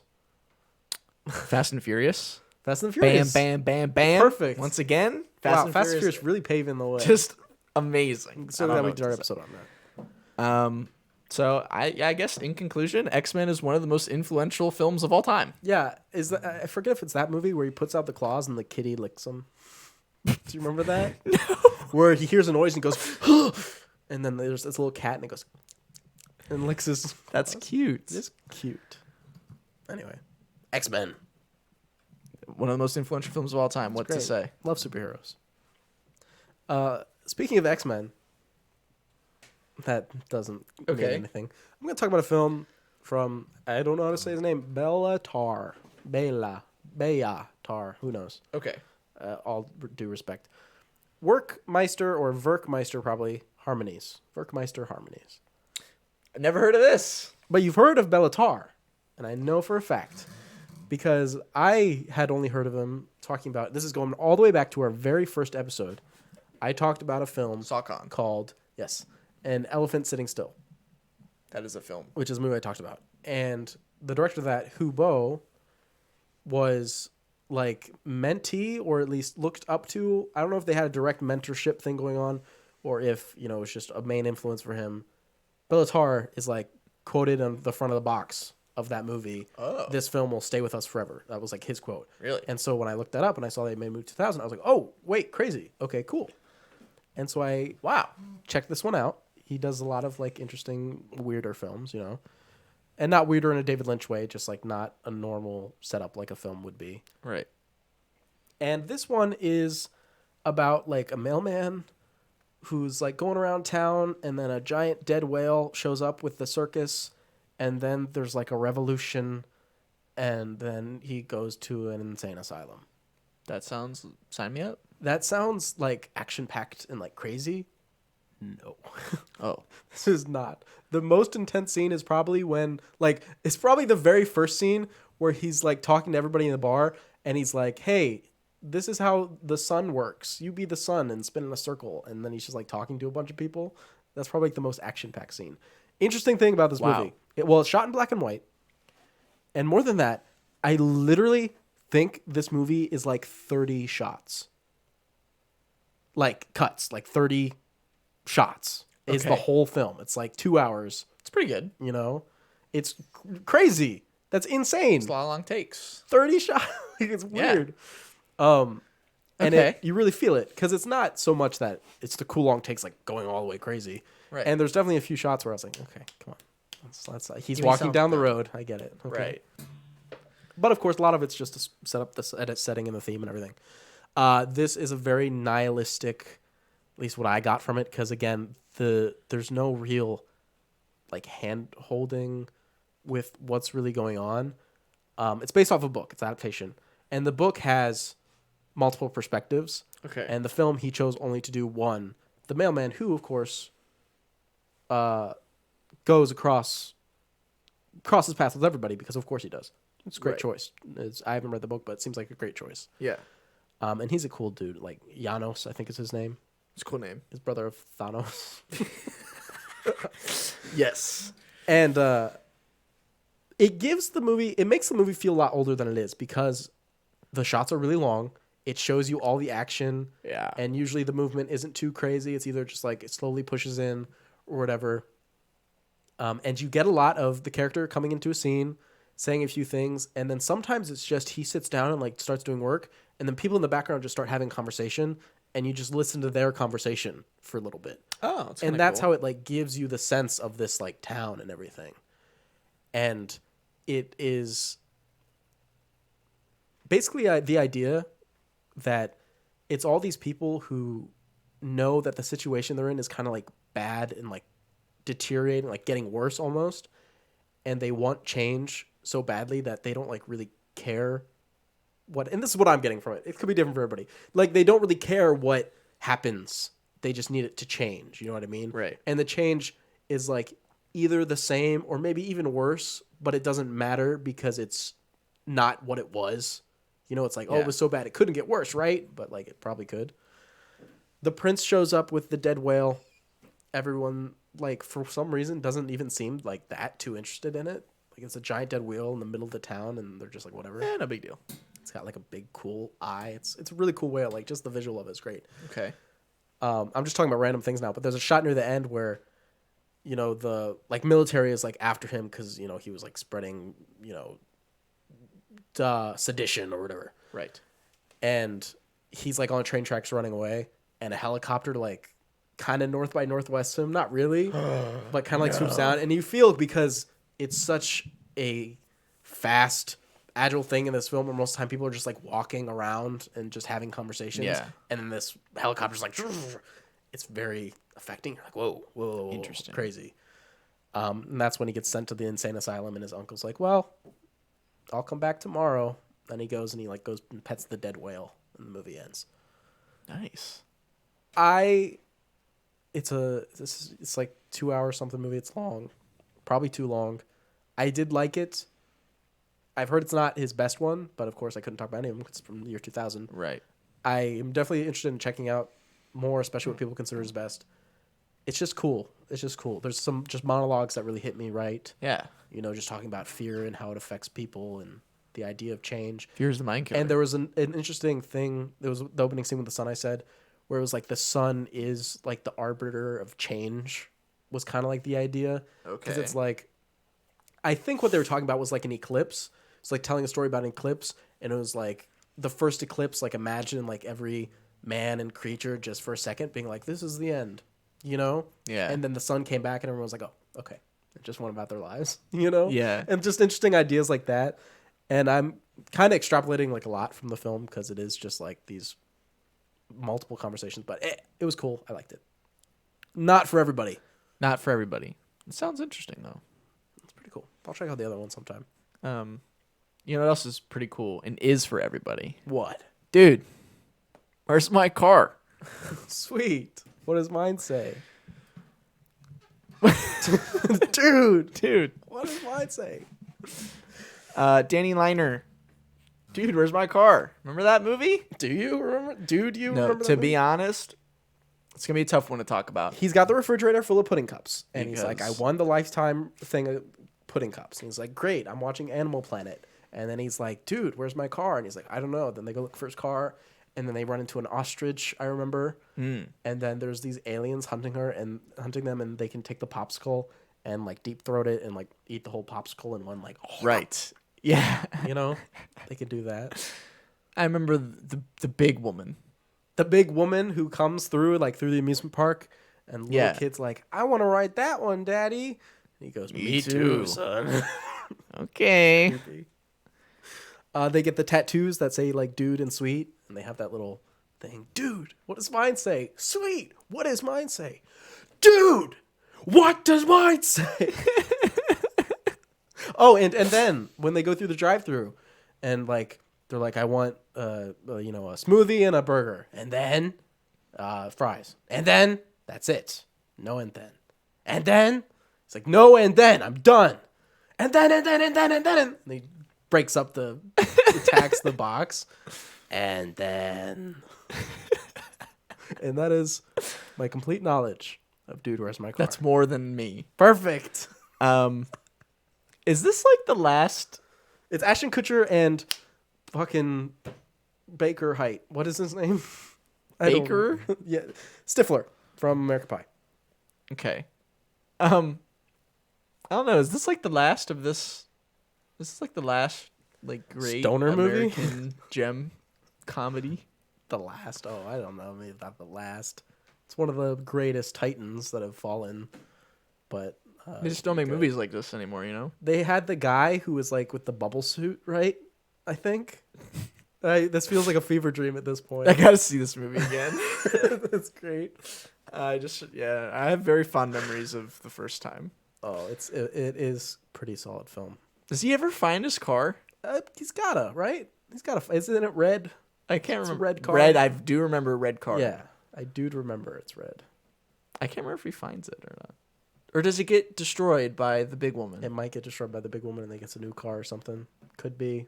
I can't remember. But Dude, Where's My Car? I just remember that and Sexy Aliens and the Ostrich and stuff like that. Yeah. God, I gotta see it again. Yeah. Honestly, might do They that. gotta live tweet it when you watch it again. Live tweet, Be like, Dude, Where's "Ooh, My Car? This did not age well. Maybe it No, did. it totally did. There's no way. It's gotta. There's obviously no reason that nobody talks about it anymore. There should be a sequel. What would it be called? Sweet, where's my car? That's actually genius. Isn't it? We need to fucking fly to Hollywood. Right. Because we have all You these need to write a amazing script and just ideas. fucking send it in. Listen. Sequel to Dude, Where's My Car? Sweet. Where's my car? Yeah. And then it's the other guy. His car's gone. Exactly. It writes itself. Literally.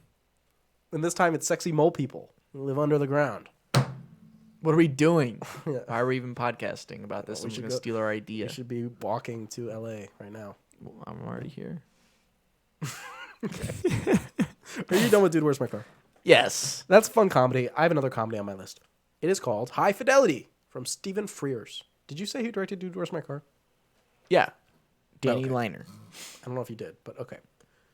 High Fidelity. John Cusack. And Jack Black's also in this, but whatever. The Blackster. Don't call him that. I don't think that's okay. The Jackster. Better. But that's what you called Hugh Jackman, so That's why I was going with the last name again. I guess so. Anyway, this movie is about John Cusack. He is like a record store owner, and he's talking. It breaks the fourth wall. He's like, "Let me tell you about my top 5 worst breakups of all time." Okay, and he basically just talks about them. He's going through a breakup as the movie's happening, and that's kind of like the point is him trying to like salvage this latest one. This Okay. girl Laura, and this movie is okay. It's okay. The comedy doesn't really work for me a lot of the time. The main problem is John Cusack's character, I think his name is like Rob Gordon, is like a dick. It doesn't really work for me. It's the point. Like he's a like he's not a good guy, but he never figures that out. He never figures out that he's like not a great guy, which kind of bothers me a little bit because instead of because he goes back and he even like straight up starts calling these women, being like, "What happened in our relationship? Like, why did it not work?" And the first girl's like, "Well, you led to me getting raped." And he's like, "Oh, so it's not a me thing, it's a you thing. Great." And Yeah. what he said. That's nice. And you know, and then the one girl is like, oh, actually, this girl sucks. I don't know why I like her and put her on a pedestal. She's actually like vapid and dumb. She's just hot. That's it. And I thought at some point it was going to turn around and he was going to realize that like, oh, I should like actually apologize to these women instead of just like using them to like absolve myself of like weird guilt or like feelings of ineptitude. That doesn't happen. Instead, the woman that he was saying, oh, Tim Robbins is in this movie, by the way. No in way. like the only laugh out loud part of the film to me, because Okay. it pulls a Breaking Dawn part 2, No. where she starts dating Tim Robbins' character, and he comes into the record store and he's like, hey, listen, I think it'd be better for both of us if maybe you just like left Laura alone. And so he's like, so why don't we just leave it at that? And then John Cusack's like, you know what, you patchouli fuck, you stupid stinky man, get out of my fucking store. If I see you again, I'll kick your ass, right? And then he goes, why don't we just like leave it there, Rob? You know? And then he's like, let me at him. And he goes and he tries to fight him, and his friends, Jack Black and the other guy, like hold him back, you know? Yeah. And he goes, why don't we just leave it there, Rob? Okay. And then his friend picks up the phone and just smashes him in the face, and they all start like curb stomping him. And then it goes back to final time, and he doesn't say anything, and he just walks out the store. That was the only like laugh out loud. It partly because it was Tim Robbins as well. Yeah. That it just really worked for me. Makes it better. The rest of it was just like little chuckles, maybe here and there. So the resolution here with Laura, the girl he's with, is she's like, hey, you know what? I just needed the time. I see that you like try to be good or whatever. Her dad dies and he's there for her, so that's like a big thing. And then he like starts flirting with this other girl that he kind of falls for, this like reporter that he starts like fantasizing about. And he goes to Laura and he's like, listen, I'm tired of these like fantasies. Because they never are real. Like fantasies aren't real. Like he always imagined them being sexy all the time and whatever. But when he's in a relationship, they have like, you know, just like, he really has this thing for like normal cotton underwear. He wants like his girlfriends to wear like sexy panties like all the time, I guess. And it's just like a big thing for him. Okay. And so instead of the resolution being like, I imagined it being something like, oh, I've been using all these women still, even when we're not in this relationship, to like make me feel better about myself. Right. And instead it's like, oh, I'm going to like settle for this, kind of is the way it comes off to me. Huh. He's like, I'm tired of the fantasies because they're not real, so let's just get married. And she's like, maybe. Maybe. You know? And then they go to a concert with Jack Black, which is also weird. I get it, it's 2000. But there was like a weird joke of it's like, oh, no, he can't be good at music. He's portly. But it's Jack Black. So the whole movie, I'm like, Right. oh, I can't wait for the music number at the end. But he's like, oh, no, it's going to be awful. And it just doesn't really work with Jack Black being who he is now. Right. Even though he was doing music and stuff back then already. It's just he wasn't known for it, I guess. Mm-hmm. It just wasn't really working for me the whole film. Because I was like, fuck you, Rob. That's Jack Black. Yeah, who the hell are you Respect talking on the about? name. So yeah, that's high fidelity. Fidelity is high. There's a part where, like, Jack Black, his first thing that comes in is they're listening to some like techno music or whatever. Jack Black just walks to the record store. He works there. He's like, "What the fuck is this?" And he just like throws the tape out. He's like, "We're not listening to that garbage." And he pulls out a tape, and it's like, "I'm Walking on Sunshine" from like Katrina and the Waves, 1983, and plays that song. And it's just a funny bit. I don't know. It is funny. You know what's not funny? What? Battle Royale. Which is the next film I'm talking about. No, it's not. From Kinji I Fukasaku. thought you were talking about The Patriot next. Right, The Patriot. Thank you. Hey, sorry, spoiler alert. Spoiler alert. Oh, you know what though? It works though because The Patriot not funny. No, it's Patriot not. very poor film.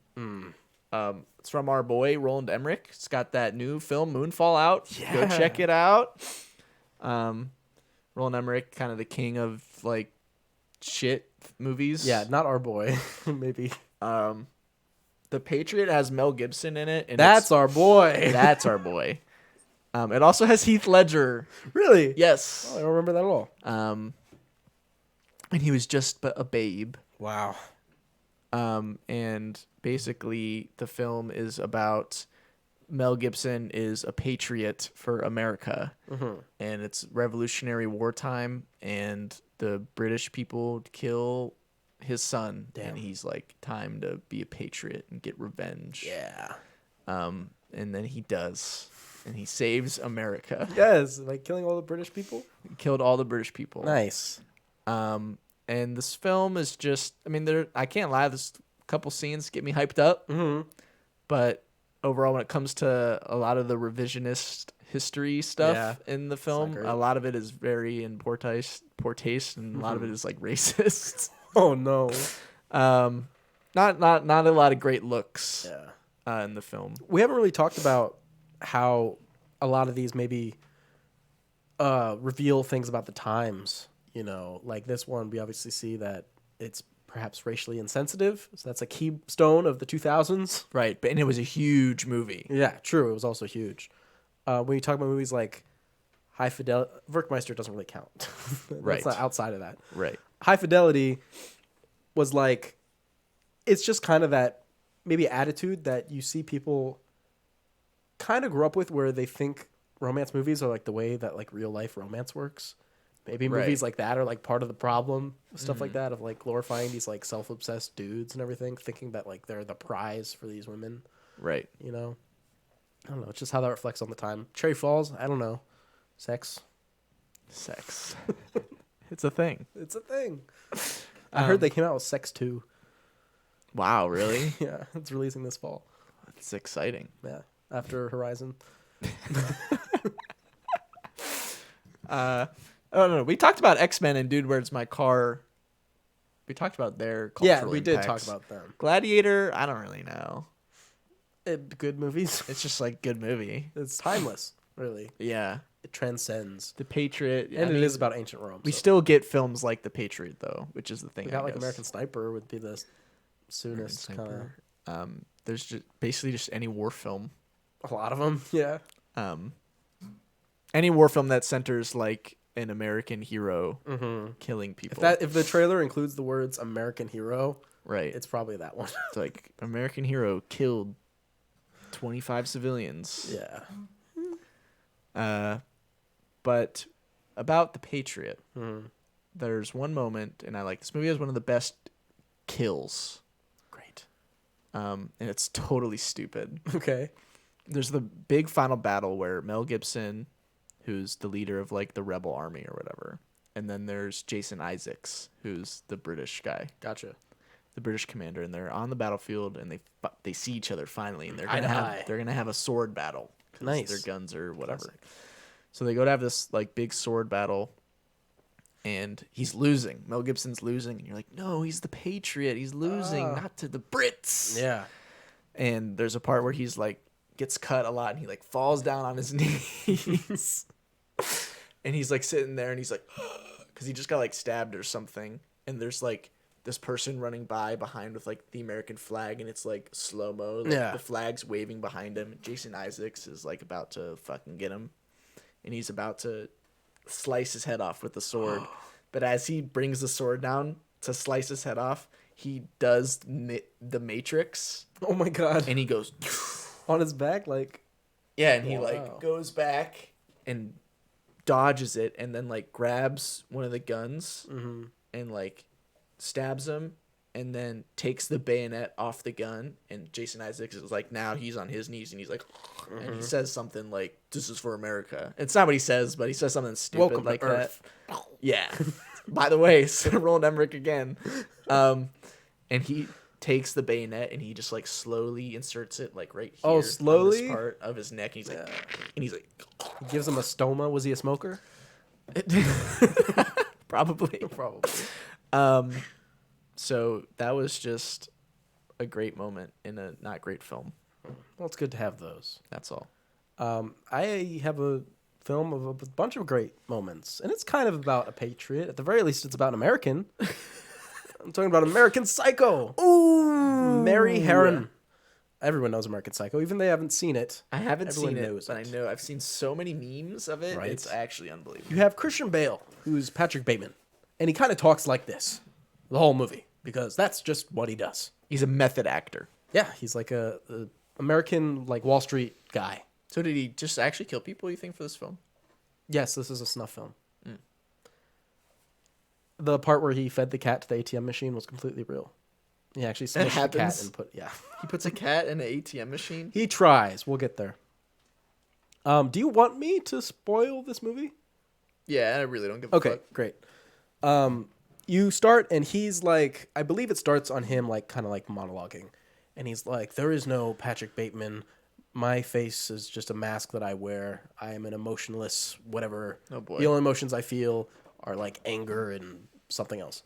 And he talks about his routines. Like every day I wake up and I do 1,000 crunches, and then I 1,000. yes, and you see him doing it. He's like, and like Texas Chainsaw Massacre is playing on in the background. He's just listening to that, just like doing his insane workouts. Nice. And like these tidy whities. He's like every day I eat some antioxidants and do a shea butter face mask, and then I do a coconut rub and then a thing. And he's just talking about he's like metrosexual to the max. He takes care of himself in every single way as much as possible. He's like the epitome of taking care of himself. So yes, self-help. Yes. And he's also a murderer.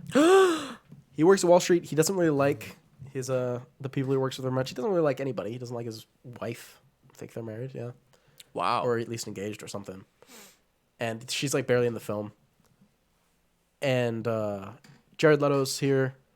He's Leto's in it. Reese Witherspoon's his wife, by the way. Reese Witherspoon? The Spoonster. She's barely in it. Jared Leto's in it. He's Paul Allen. He's kind of like his rival at the Wall Street place. He's got the cool business card. If you've ever seen the scene that's kind of been memed. Yes. Everyone pulling out their business cards like that. Bone. Raised lettering. It's everything. I have seen that. It's a very funny scene. Yes. And it pisses him off. He goes like insane. He's like, how could a spec like Paul have a better business card than me? Whatever. And you find out that like, oh yeah, he is like a psycho murderer. He like goes home one day and a homeless person asks him for change and he stabs him to death. He's like, you're a fucking loser. You smell like shit. You know that? And then he goes, and he curb stomps his dog. And you're like, oh wow, he's like unhinged, Nice. Because like killing the homeless person, Whatever. we all do that. Curb stomping a little puppy. No, never. Can't do that. It looked like Max from like It's okay The when Grinch, Ellie does it. which is a 2000 movie. Looked like Max. And so it ends up happening. He's Paul mistakes him for like somebody else at the work, like Marcus or something. And he invites him out to dinner, and he gets him really drunk. He takes him back to his apartment, and he puts on some music. He's like, the Sex Pistols were like really great. I think in the 1980s they like really came into the road and blah blah. He's like spouting all these like facts. Okay. Jared Leto's like drunk as fuck, like be like, why is there newspaper everywhere? Do you have a dog? And he's putting on a raincoat. He gets out his axe. He turns the music on really loud. And he's like, fuck you, you stupid fucking asshole. And like stabs him and just goes crazy and kills him. Gets blood on his face and everywhere. And he goes, just cleans up and takes care of business. Nice. Sometimes you just got to get it out. Yeah, sometimes it's self-help. That's what we're talking about. Self-help. Treat yourself. Exactly. Anyway. That's all this movie's about. Then it cuts to a scene later where it's showing like the building, and it's might have even happened right before, like the office building, and he's going into work, and it plays "I'm Walking on Sunshine." Is that when he he has his headphones on? Yeah, it might be. Yeah, and it's playing "I'm Walking on Sunshine" from Katrina and the Waves, 1983, just like high fidelity. It's a connection. Which is weird because they're both into music and spout off random music facts throughout the movie. It plays that specific song. Both from 2000. I looked up because I was like, this is crazy. And I looked up all the movies. It's the only 2 movies from 2000 that featured that song. It's just weird that happened, that I picked these 2. That is weird. And it was both of them very strange. And High Fidelity was like the last. I was switching it out with other stuff. I chose it at the last minute. Thought it was very strange. Interesting. I think they're the same character. Okay, so that's the part when because that's like a huge meme when he's walking through and he has his headphones on. People have like green screen that and whatever he walks through, like wherever. Right, listening to whatever. So I think they're connected. They're probably the same character. They're both like psychopaths. Okay. If you ask me. Anyway, he goes to work. Willem Dafoe comes in. He's like, hey, did you know anything about your missing Paul Allen, your missing coworker? He's like, no, I don't know. That's Jared Leto. Right? Yes, Jared Leto, and the he's dead one. Willem Dafoe's like a detective. He's like, yeah, I want to know what happened. He's like, where were you the night he died? And he's like, oh, I was on a date with Veronica. Willem Dafoe's, oh, that's not the information that I have. And he starts freaking out, gets called away. He's like, oh, fuck. What does he know? So he goes back to Paul Allen's apartment. It's like empty. And he starts like, basically he talks about how his bloodlust is like growing and he like can't control it anymore. So he like gets some hookers. He like fucks them and then he like shoves a clothes hanger up them to make sure that nothing happens down there. Nice. And then one night he takes some over to Paul Allen's apartment, and because he set up something that he like put a fake answering machine message that he was like in London, so nobody would like think he was gone for too long. You know, he'd get a little like leeway time. But Willem Dafoe is too good for that, I guess. He's too smart. And so he brings hookers over there. They do their thing, and he starts like chainsawing them. And so he's naked. He's just got white sneakers on. He's like chainsawing one. The other one freaks out and runs away.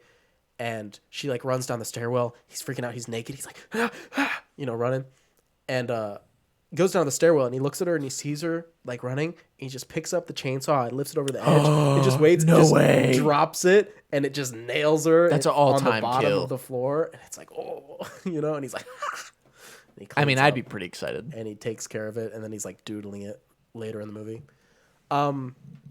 This is crazy. I didn't know what this movie was about. Well, I mean, I You knew had that he like was a killer? ideas, but I figured it was like a chill film until like the end, and he went crazy. Okay, But well, now I'm learning that he's just it's crazy from the beginning. the whole time. He was born that way, I guess. So the whole film, you have him like being confused for like different people, and like no one's giving him respect or anything. So at one point, he just goes absolutely insane, and he's at this ATM, and he sees this little kitty. He picks it up, and he's like, hey, kitty. Starts petting it. And on the ATM, it flashes a message that says, feed me a stray cat. And he goes, okay. And he starts like shoving the cat. He like, kind of puts up against the ATM. And this old woman goes, what are you doing? She's clutching her pearls. And he goes, and he pulls out a gun. And he shoots her in the chest. And then the cops pull up, and he's like, oh shit. And he starts running. And then the cops pull up. One cop like kind of cuts him off. He takes a gun. He starts shooting at him. He kills the cop, and the car blows up. And he's like, what the fuck? And he runs away. He goes into this workplace building, and he's like, oh, Mr. Smith, which is not his name. And he shoots that guy, and he figures out he was in the wrong building. So he goes to the right building. Then he goes up. He signs in. He goes up to his office. A helicopter's around. He's freaking out. He's like, okay, I just left a trail of bodies. I'm fucked. So he calls his lawyer. He's like, listen, bro, I've killed like, I don't know, like 2 people, maybe 40. I don't know. A lot of homeless people, a lot of prostitutes. Paul Allen, that was me. He's not in London. He's dead. And then he wakes up. It's the morning, and he's like gonna confess whatever. Willem Dafoe is like, we have a meeting. He meets him. And he's like, hey, guess what? I got the dates right. It turns out you were with like Marcus and everybody at the bar that night, right? He's like, oh yeah, I was, right? It's like, it's cool.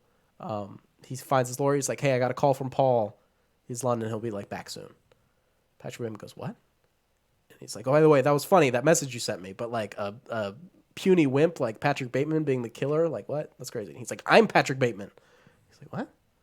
He's like, I killed Paul Allen. He's like, no, you didn't. I had dinner with him 2 days ago. Patrick Bateman like freaks the fuck out. He's like, what the fuck are you talking about? I killed him. I played with his blood, Right. And he freaks the fuck out, and he goes back to Paul Allen's apartment because he had a bunch of bodies of people he killed there, and it's completely white, clean. There's a realtor there living, like, showing the place. She's like, nobody named Paul Allen never lived here. You need to leave. And so he goes crazy, and the movie just kind of, it doesn't just end. There's some other stuff that happens, but basically he's just like, oh, I don't know what is real anymore. And the movie ends. It's like Dreamhouse. Yeah. So that's American Psycho. It's kind of crazy. I didn't know there'd be a twist like that. So here's the thing. The way the movie's done, it can kind of make you assume that he's not a killer at all. I don't think that's true because of how easily he like kills people and stuff, even if it was in his head. Obviously, when the part where he shoots a lady and then he shoots the cop car and it explodes, even he is like, what the fuck? So that part is all fantasy. It's just like a psychotic break. And I guess you can assume that the murders that happened in the apartment, of course, are not real because the apartment's whatever. But the homeless guy. Literally, when I was watching the movie, it's like, he's got to be killing homeless people, though, right? Because even the director has come out and been like, I feel bad about the way I did the twist because I don't want people to think that he's not a murderer because he, like, most likely is. So, and I mean, if you watch it, because he'll kill people like nothing. So he's obviously killed somebody before, right? I don't know. It's a very cool movie. A lot of funny moments. The part where he's talking about the music, and he's like, oh, that's a good song, and stuff like that. He's just a funny guy. It's an interesting one for sure. Interesting. Yeah. And he's got to return some videotapes as excuse that he comes across a lot. He's got to return those tapes, man. Mm-hmm. Also, he tapes like when he has sex with the prostitutes, and I think when he kills them too. Nice. Yeah. Sounds like a cool guy. It is Patrick Bateman, Christian Bale. The performance is so funny though, just because how he talks, and maybe if you know, Statler, if you would have got your right business card, you wouldn't be in this situation. You know what Ted Bundy said about women he saw on the street? What did he say? He said that when he saw a nice girl, he wanted to take her home, treat her nice, treat her real good. And you know what else he thought? About how pretty she would look with her head on a spike. And then he would like laugh crazy and everyone would be like, what the fuck? Oh my lordy lord. But the performance really makes it. Christian Bale made the movie. Interesting. It's still worth it. Yeah, I'll definitely see it sometime eventually. It's a touchstone. Yeah. It's still being memed now. You know what else is still being memed? What? Battle Royale. Fortnite's getting memed. Warzone's getting memed. Apex Legends is getting memed. Yeah. Any other Battle Royale getting memed? Where did it all stem from? PUBG. PUBG getting memed? Yeah. Battle Royale is where it stemmed from. Battle The Royale, movie. the film, Battle Royale. Hunger Kinji Games. Fukasaku. Listen, this was like the OG. I mean, it literally was the OG. Yeah. This maybe the most influential, like, not just film, but like piece of media in the last like 20 years? Very well could be. When you really think about it. This is Battle Royale. Obviously, the film is about all these students, and they're like, I don't even remember why, but they're just like, everyone, you need to fight. There's only one person that's allowed to live. Everyone else needs to die. Everyone gets one weapon. One guy 24 has like a hours. frying pan. You know, somebody has like a flamethrower or something. And they're just like, okay. And Yeah. then the rest of the film is obviously them just fucking killing each other. And some people are like, hey, let's team up and like try to like just get away and not kill everybody. Other people are just really going for it. I would go for it, I think. Wow. Really? Not like in like an evil, crazy way, but like I wouldn't like go out of my way to kill people. I would like chill, but if like saw somebody, sorry. Wow. That's really, you should get checked, I think. What? What do you mean? You would kill people? Dude, it's me or them. Okay. I guess I don't have the heart for it. Yeah. It's... Just kidding. That's see? I say, hey guys, let's work together. Let's sleep over here. It's probably safe. Pull out my knife. You're the winner. Thank you. Devious, don't trust me. It would be effective, just saying. Yeah, absolutely. But I mean, what stems from this? Hunger Games comes right after this. Obviously, Hunger Games way more popular than Battle Royale. They speak English. Right. Hunger Games, obviously one of the most popular like book series of the time, and then YA turned novels, into yeah. a movie series that everybody, watched. Everyone knows what Hunger Games is. Can't Miss Evershot is the top of the line. And then obviously after that, then we had Fortnite. No, What? it was like PUBG first. Well, yeah, right? PUBG at first, sure. PUBG and like Daisy, whatever. Daisy, like mod or something. and then Fortnite. Fortnite was the big one. And then the culling, I think, is another one. Right. And Fortnite came out. Now, of course, everyone on the planet knows what Fortnite is. And they know what a battle royale is. 'Cause And we got Warzone. it's a and battle stuff. royale, which is only one person left standing, which stems directly from the film. How many people even know that? You know, are people aware of battle royale when they play Fortnite? Do you think like the 5-year-olds playing Fortnite? They know about the movie? Yeah. No. Right? But it's so influential. That's where it came from. Yeah, it's great. Because literally nothing like that was ever, like that concept wasn't a thing until this film came out. If I remember correctly, the guy with the frying pan actually makes it pretty far in the movie, which is surprising. It's just the tenacity and grit. About it, the frying pan. Did that PUBG? Because in PUBG, the frying frying pan. pan. We just blew this case wide open. Holy fuck. If you didn't believe us then, you believe us now. I didn't even think about that. I did think about it. There is the frying pan in PUBG. That's totally gotta a be on callback. purpose. It's gotta be. Wow, incredible. That's great. That's fucking awesome. I really enjoy the PUBG creators now. Thank you. Sorry you guys got second place or third or eighth now. In terms of what the best battle royale is, Yeah, just popularity. I think Fortnite definitely number one most popular. Then probably Warzone. Yeah, where's Apex? I'd probably put it Third. third. Yeah. And then probably like PUBG and like whatever else. I played this one battle royale that was just terrible. It was like a wizard.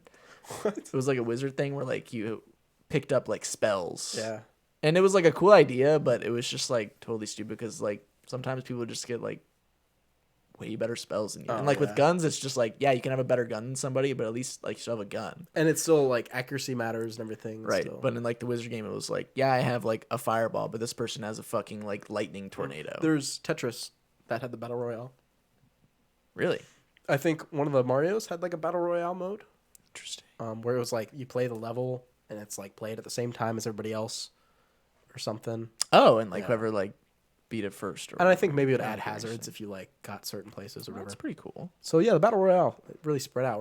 It's probably calming down now, I think. I mean, like for people like jumping on the train, you know? Right. Because everyone had a battle royale and came out with fuck Tetris, Yeah. you know. So I think it's maybe calming down, and we'll have the big guys. Maybe every once in a while somebody will do something neat. Right. I But, just don't know what you would do. Is there like a melee one? I feel like melee would be cool. Melee battle Melee royale. battle I don't know. That'd probably be tough to like make it feel good, you know. Mm-hmm. Because if you have literally 100 people, even if you have 50, like it just gets so messy. I guess what that's kind of just like what like chivalry and like Mordhau are. Mm-hmm. That's like the same thing. So I guess it doesn't really matter. It already is a thing. Yeah, I don't know. But yeah, Battle Royale, what the hell? Influential film. And now you know because maybe a lot of people didn't know that. So now you know. There's a film from 2000 called Battle Royale. And it's great. And it's actually a really good movie. Like, yeah, all the ones on your list I would heartily recommend. Heartily, not hardly. I would recommend Except for The Patriot. Except for The Patriot, yes. Not big on The Maybe Patriot. skip that The one. rest of them, great films. The mine, sort of. Not really, I guess. Your last film. My last film, Yi, a 1 and a 2, by Edward Yang, director. And this film is like 3 hours long. It was from 2000, so it was like new and fresh back then. Right. And yeah, pretty long. Gave me, not to say that like one's derivative of the other, but if you wanted a quick 1-to-1, it would be like Tokyo Sonata would be the first film that came to my mind when I watched this one. So I would like it. I hope so. It is a 3-hour just like look at this family, you know? Mm-hmm. It's Tokyo Sonata while it got a little crazy at the end. Yeah. This one stays very, very true to it. It starts at a wedding. This guy's getting married to this girl, you know, the family joining or whatever. Got like a dad and like the main characters are like the dad, his daughter, and his son are like I think his name is Yang. That's Okay. his son's name. He's like, I don't know, 8, very young. He's a little bit of a troublemaker at school, but he's like more quiet and reserved. All of his antics are like it was one of his stories. I just always really enjoyed it because he was just, I don't know, he's just a funny little kid. You know, Yeah. He's quiet, but he like kind of gets in trouble. He got teased by these girls and stuff. They like took his shoes, so he like snuck up behind them at the wedding and like blew a loud balloon in their faces and ran Nice. away, and they all started crying. I was like, you go. Heck yeah. And then the dad has this story about like reconnecting with like his first love that he ever had and them working through like a lot of emotions, kind of like High Fidelity, I guess, but good. Yeah. Because it literally goes from like, oh, it's great to see you. Our lives are pretty good, even though we didn't really end up together. We're really happy where we ended up, to being like, you forced me into being an engineer. I didn't want to do it. You and my family, you were just like them. Like, I couldn't stand it. To them, like, screaming and crying. Her being like, you broke my heart. I thought I was going to be with you forever, like, in tears and everything. The daughter's a little hard to pin down because she kind of starts a relationship with somebody else's boyfriend. They see movies together. There's a cool line that he says. He's like, my uncle told me that, like, movies. Of course, movies always have lines about movies in them. Uh-huh. He's like, yeah, kind of like the Robert Altman quote, which I think is like a movie, like films are a chance to live many lifetimes, I think is the quote. He says something along the lines of that, where it's like, it just lets you live so much more than you could, you know? Because he's like, everyone like knows about murder. How many people are committing murder, but everyone's seen someone get killed in a movie. Right. That was like his one example. And she was like, that's dumb. He's like, that's just one example. Like there's Yeah. other things, you know? And after the wedding, actually during the wedding, the grandmother character gets sick and she's like bedridden for the whole film. And then the end of the movie is her funeral. So she's literally bedridden and the characters will like go and like talk to her kind of. at one point, one character is like, when I go talk to grandma, it's like every day I'm saying the same exact shit, and it makes them like reflect on their life.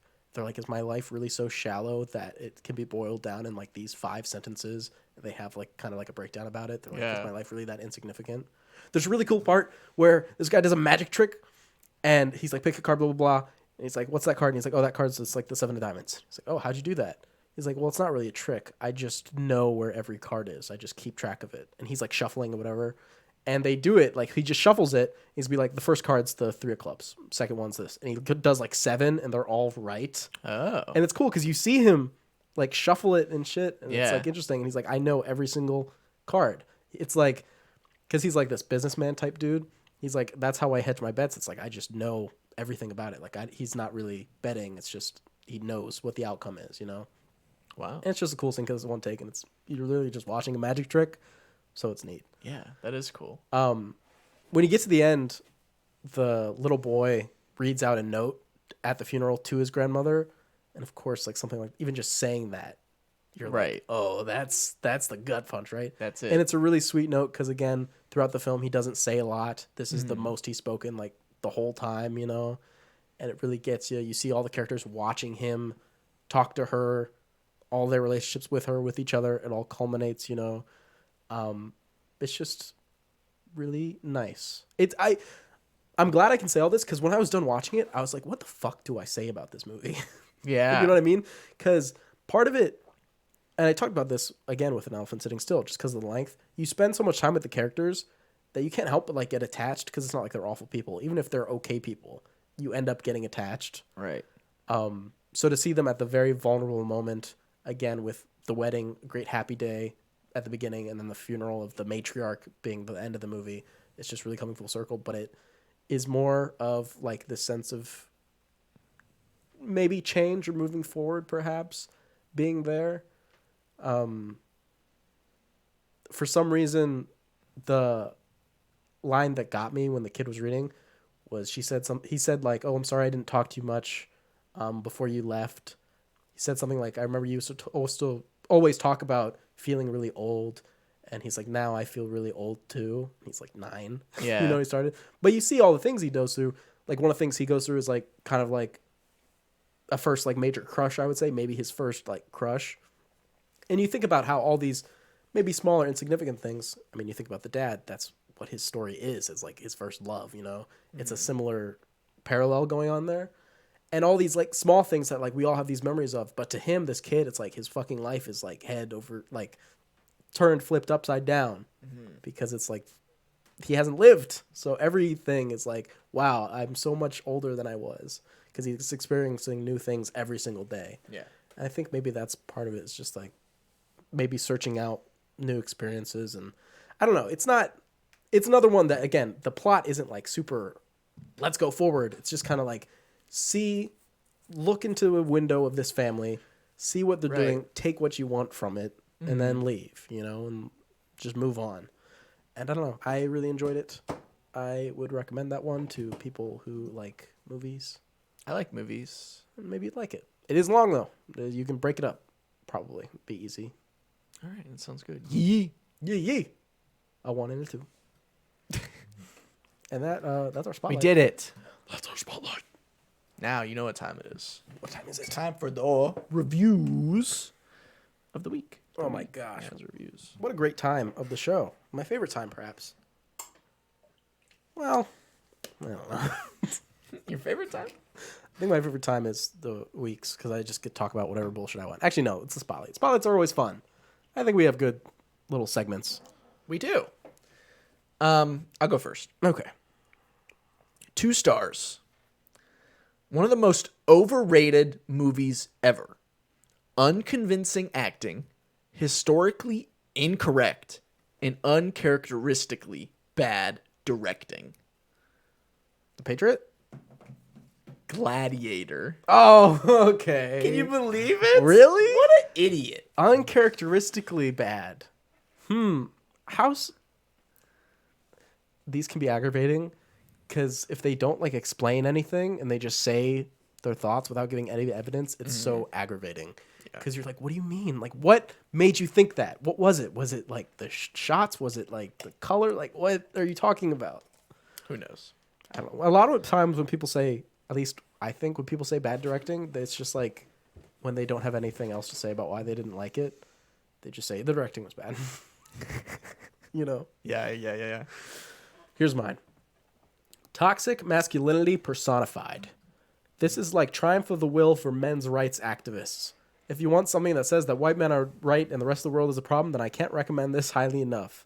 If you have any capacity for self-reflection or don't want to see how fragile white men view themselves as a victimized, marginalized, and maligned, then avoid. Avoid! Avoid! That's it. There's not another one? Oh, no. I was hoping there's another. Avoid! It's got to be American Psycho. No, it is High Fidelity, which I thought was so funny. We both got bamboozled. Because really, it's right. They're right. Yeah, absolutely. He's right. They're just very strong stance. I like it. Okay, great. What's now? The email. Did you know that you can email us at thestaglerpod@gmail.com? And it's very fun. We'll read it on the show like this. It's kind of odd to think that movies are 100 years old. How do you think movies will be shot 100 years from now? Oh, wow. Do you think there'll be period pieces about modern time? Just odd things to think about for the future of filmmaking. 100%. There'll be period pieces about right now. Definitely. Especially right now. Movies, in 100 years, I would say movies will probably be like VR experiences. All VR.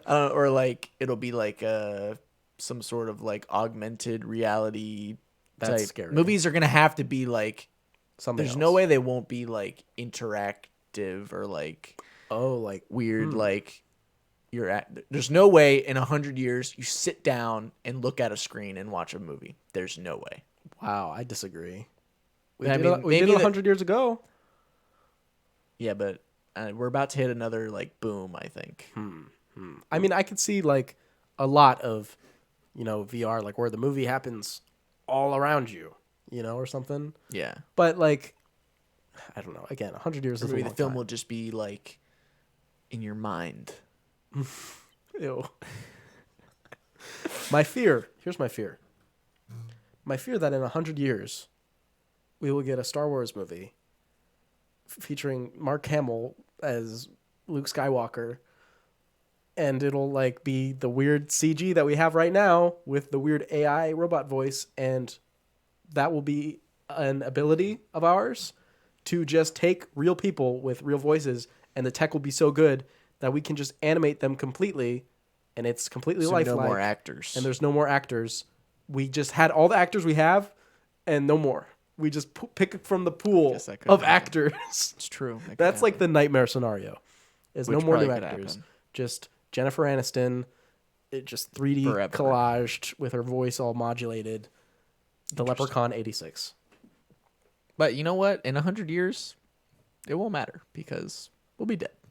So we won't get to see what movies are like in So 100 you've years. seen Verkmeister Harmonies, haven't you? I still believe that there's got to be just normal movies. I'm sure there'll be there's a few people, like the people now that are like film Now, yeah. instead of digital. Yeah. I'm sure like back then it'll be like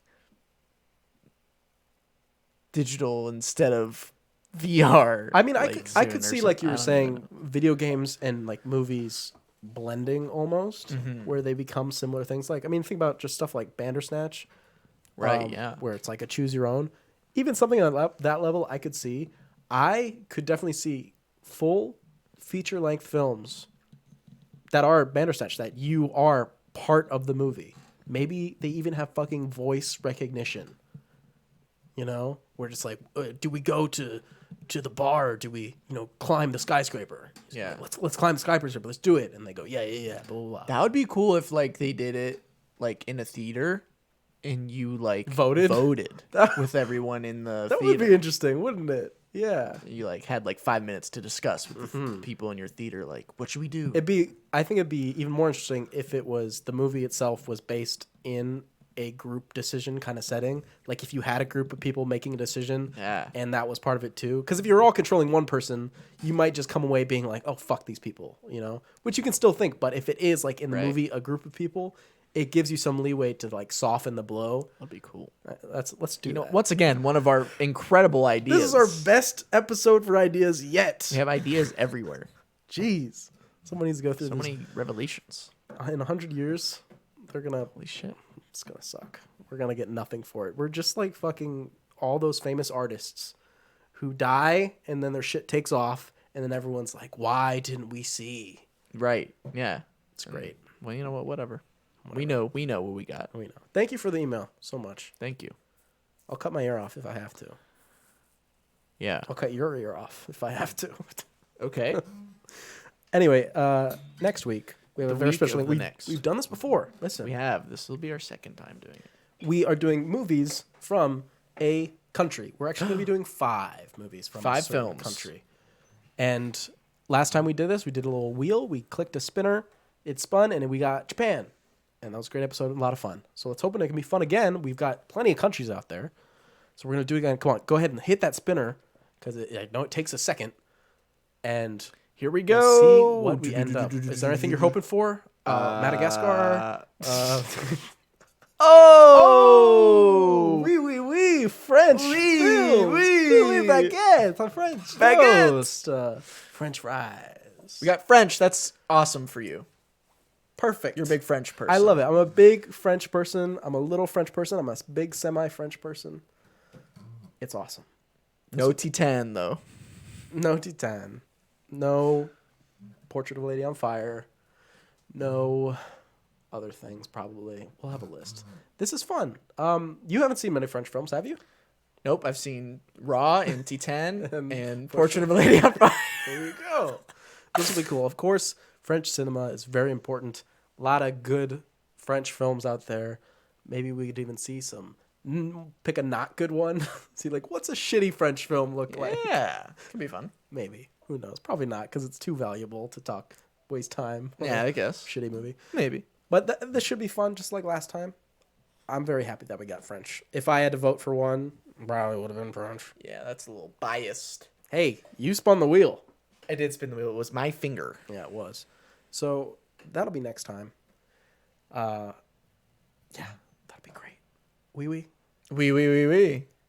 And until then, how do you say goodbye in any other language than French? Wait, I got it. Adios. Goodbye.